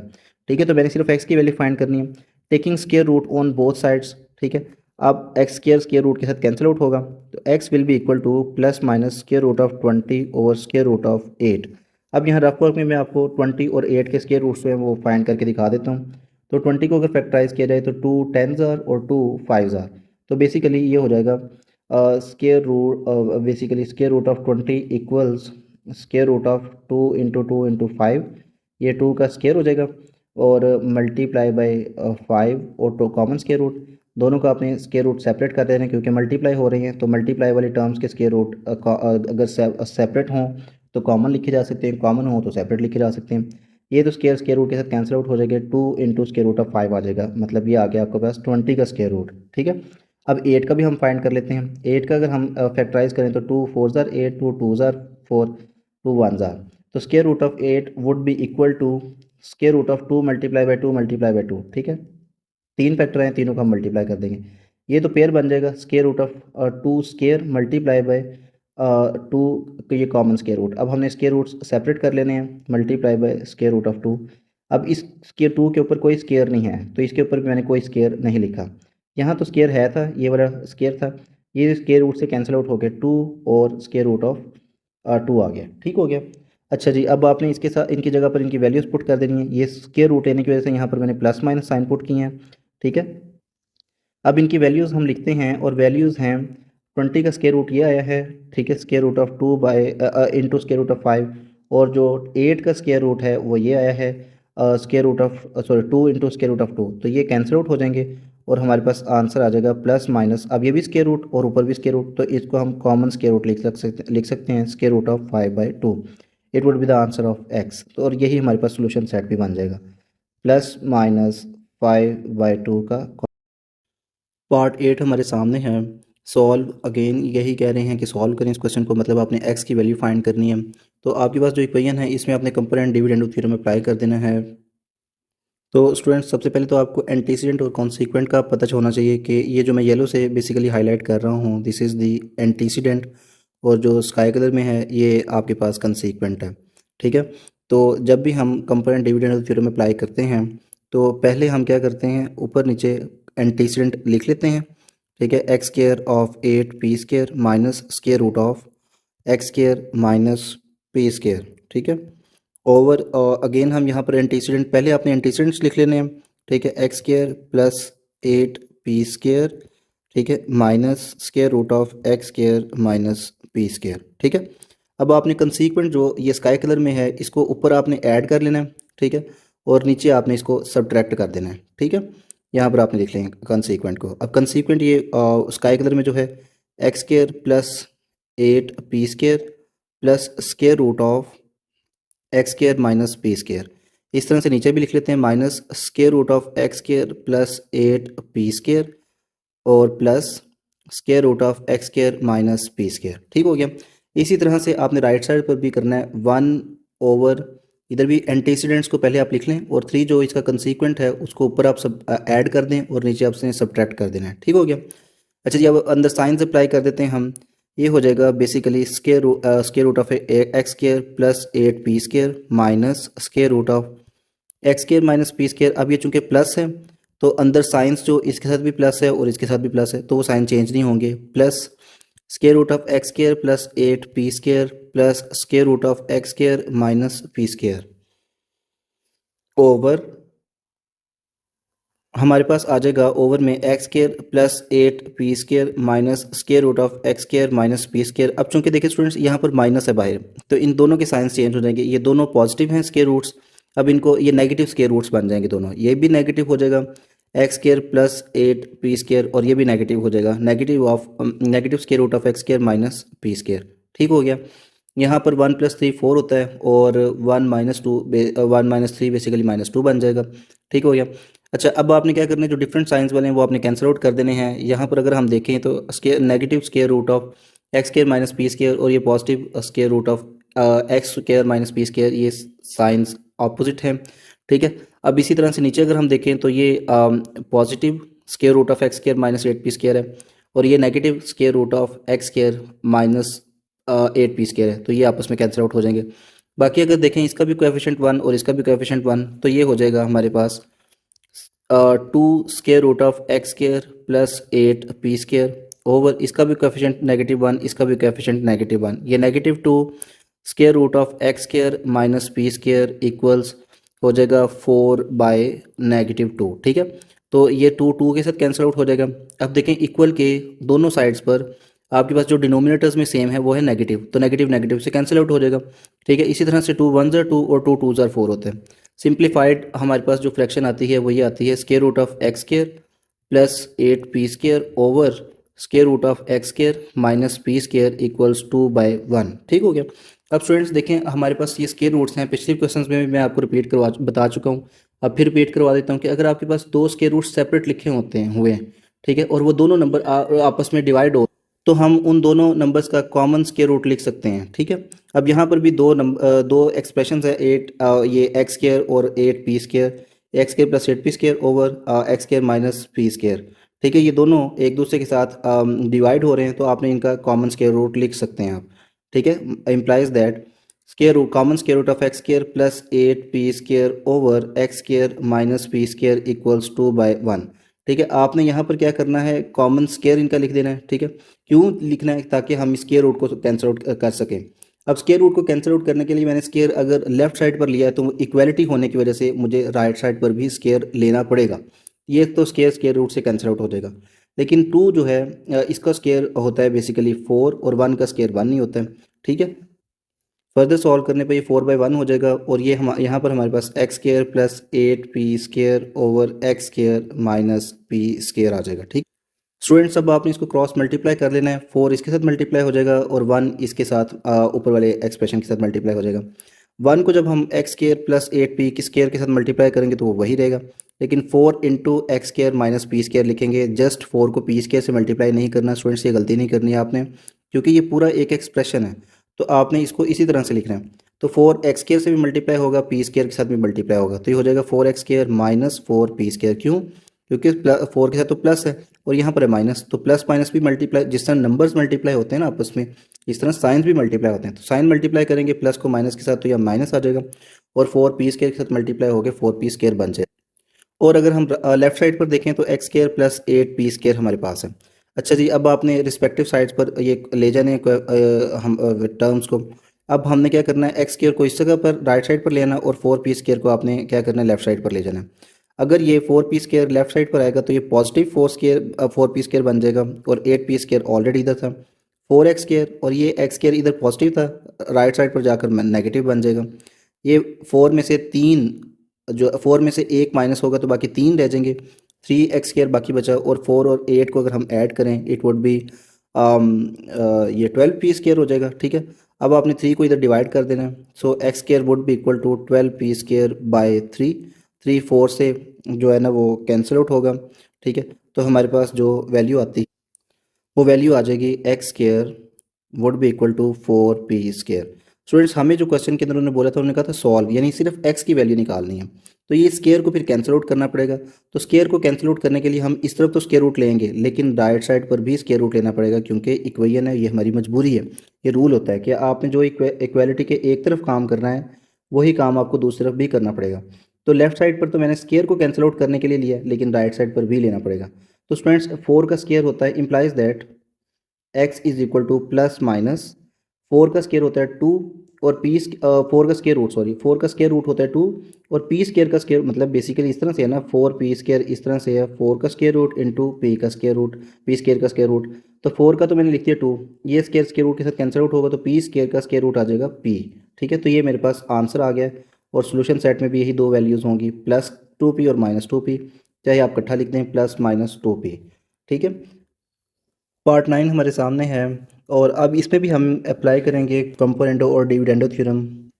कंपोनेंट और डिविडेंडो थ्योरम अप्लाई करने के लिए एक चीज़ आपने स्टूडेंट्स याद रखें कि कंसीक्वेंट क्या है और एंटीसीडेंट क्या है। एंटीसीडेंट ए से शुरू हो रहा है, ये पहले वाली टर्म को बोलते हैं, वैसे याद रखने के लिए कह रहा हूँ, ऊपर वाली टर्म को, और कंसीक्वेंट सी से शुरू हो रहा है तो ये नीचे वाले टर्म को। ठीक है, इसको बोलते हैं। अब आप क्या करते हैं, हमने हर क्वेश्चन में मैंने यही चीज़ की है, बेसिकली सबसे पहले हम एंटीसीडेंट को ऊपर और नीचे लिख लेते हैं। ठीक है, और उसके बाद जो कंसीक्वेंट है उसको पहले एंटीसीडेंट लिख लेते हैं, x plus 5 whole cube plus x minus 3 whole cube. ठीक है, ये मैंने एंटीसीडेंट्स लिख दी हैं। अब आपने क्या करना है, जो कंसीक्वेंट है बेसिकली उसको ऊपर आपने ऐड कर देना है और नीचे आपने उसको सब्ट्रैक्ट कर देना है। तो इस चीज़ का आपने ज़रा ख्याल रखना है। अच्छा, अब यहाँ पर ऊपर हम ऐड कर देते हैं एक्स प्लस 5 होल क्यूब, ये यहाँ पर हम बड़ी एक स्क्वायर ब्रैकेट डाल देते हैं, minus x minus 3 whole cube. ठीक है, ये कंसीक्वेंट है, x plus 5 whole cube plus x minus 3 whole cube. इसी तरह से नीचे आप कंसीक्वेंट को सब्ट्रैक्ट कर देते हैं, एक्स प्लस 5 होल क्यूब, कंसीक्वेंट कौन सा है, ये जो स्काई कलर में है, स्काई ब्लू कलर में है ना, ये कंसीक्वेंट है हमारा, x plus 5 whole cube plus x minus 3 whole cube. इसी तरह से राइट साइड पर भी 13 और नीचे भी 13, एंटीसीडेंट पहले लिख लिया, कंसीक्वेंट को ऊपर हम ऐड कर लेंगे और नीचे हम सब्ट्रैक्ट कर लेंगे। अब यहाँ पर साइंस अप्लाई करते हैं, x plus 5 whole cube minus x minus 3 whole cube, plus है तो अंदर वाले साइंस चेंज नहीं होंगे, प्लस ही आएगा एक्स प्लस 5 होल क्यूब के साथ, और इसी तरह एक्स माइनस 3 होल क्यूब के साथ भी प्लस ही आएगा, over x plus 5 whole cube minus x minus 3 whole cube, minus यहाँ पर प्लस है तो अंदर वाले साइंस चेंज हो जाएंगे, मतलब बेसिकली आपके पास यहाँ पर minus x plus 5 whole cube आएगा और यहाँ पर भी minus x minus 3 whole cube आएगा। 13 और 14 को ऐड करें तो 27 बनता है, माइनस करेंगे क्योंकि डिफरेंट साइन सब्ट्रैक्ट होंगे, तो 14 में से 13 गए तो 1 बचा और 14 वाला फिर साइन भी आएगा। ठीक है, -1 आ गया। अच्छा स्टूडेंट्स, अब देखें जो डिफरेंट साइंस वाले हैं वो आप कैंसिल आउट कर दें। ये है हमारे पास negative of x minus three whole cube और ये positive x minus three whole cube, ये आपस में एक दूसरे के साथ कैंसिल आउट होंगे। ये x plus five whole cube positive है और ये negative x plus five whole cube है, ये एक दूसरे के साथ कैंसिल आउट हो जाएंगे। तो अब आपके पास जो बचता है वो इसका भी कोएफिशिएंट वन और इसका भी कोएफिशिएंट वन, तो ये हमारे पास हो जाएगा two into x plus five whole cube over, ये भी नेगेटिव बेसिकली और ये भी नेगेटिव है, तो ये negative two into x minus three whole cube equals 27/-1। तो स्टूडेंट्स जो आपको चीज़ें कट यहाँ कैंसिल आउट हो सकती हैं वो आप टू टू से कैंसिल आउट कर दें, और उसके बाद इक्वल के दोनों तरफ जो डिनोमिनेटर्स हैं उनमें जो चीज़ें कॉमन है वो भी कट सकती हैं, नोमिनेटर्स में तो उनमें कट सकती हैं। नोमिनेटर्स में तो कुछ भी कॉमन नहीं, लेकिन डिनोमिनेटर में ये नेगेटिव कैंसिल आउट हो सकता है। तो क्यों कैंसिल आउट हो सकता है, क्योंकि अगर नेगेटिव को हम यहाँ पर लेकर आते तब भी तो कैंसिल आउट हो ही सकता था ना। तो मैंने बेसिकली स्टेप को स्किप किए करते करके तो वैसे डायरेक्टली जो है ना इसको सॉल्व कर दिया। तो टैक्टिक्स आपको भी याद रखने चाहिए। तो implies that x plus five over whole cube over x minus three whole cube equals 27। ठीक हो गया, ये मेरे पास आ गया। क्योंकि 27/-1 था तो माइनस तो कैंसिल आउट हो गया, तो सिर्फ वन नहीं बचा, तो वो अंडरस्टूड है, वो सबके नीचे ही होता है। ठीक है, सबके सब नंबर्स के नीचे ही माइनस जो प्लस वन है ना वो सबका डिनोमिनेटर कॉमन होता है। खैर हमने तो स्टूडेंट्स एक्स की वैल्यू निकालनी है, तो ये जो क्यूब है ये दोनों का ही लिखा हुआ है, तो इसको हम कॉमन क्यूब लिख सकते हैं। मतलब कि x plus five over x minus three whole cube, ठीक है, इक्वल्स 27। तो आपने क्या करना है स्टूडेंट्स, दोनों तरफ इसके रूट क्यूब रूट लेना है, क्योंकि ये क्यूब को कैंसिल आउट करने के लिए क्यूब रूट लेना पड़ेगा, लेकिन मुझे राइट साइड पर भी क्यूब रूट लेना पड़ेगा क्योंकि ये एक इक्वेशन है। तो इक्वेशन के जो एक तरफ काम करना है आपने दूसरी तरफ भी करना है। लेफ्ट साइड पर तो मैंने इसलिए लिया क्योंकि इस क्यूब को कैंसिल आउट करना था, और राइट साइड पर इक्वेशन होने की वजह से मुझे लेना पड़ेगा। अब स्टूडेंट्स आपको पता है कि 27 किसका क्यूब रूट होता है। 27 बेसिकली थ्री का क्यूब रूट होता है। अगर यहाँ पर हम क्यूब रूट लिखें तो ये हमारे पास थ्री आ जाएगा।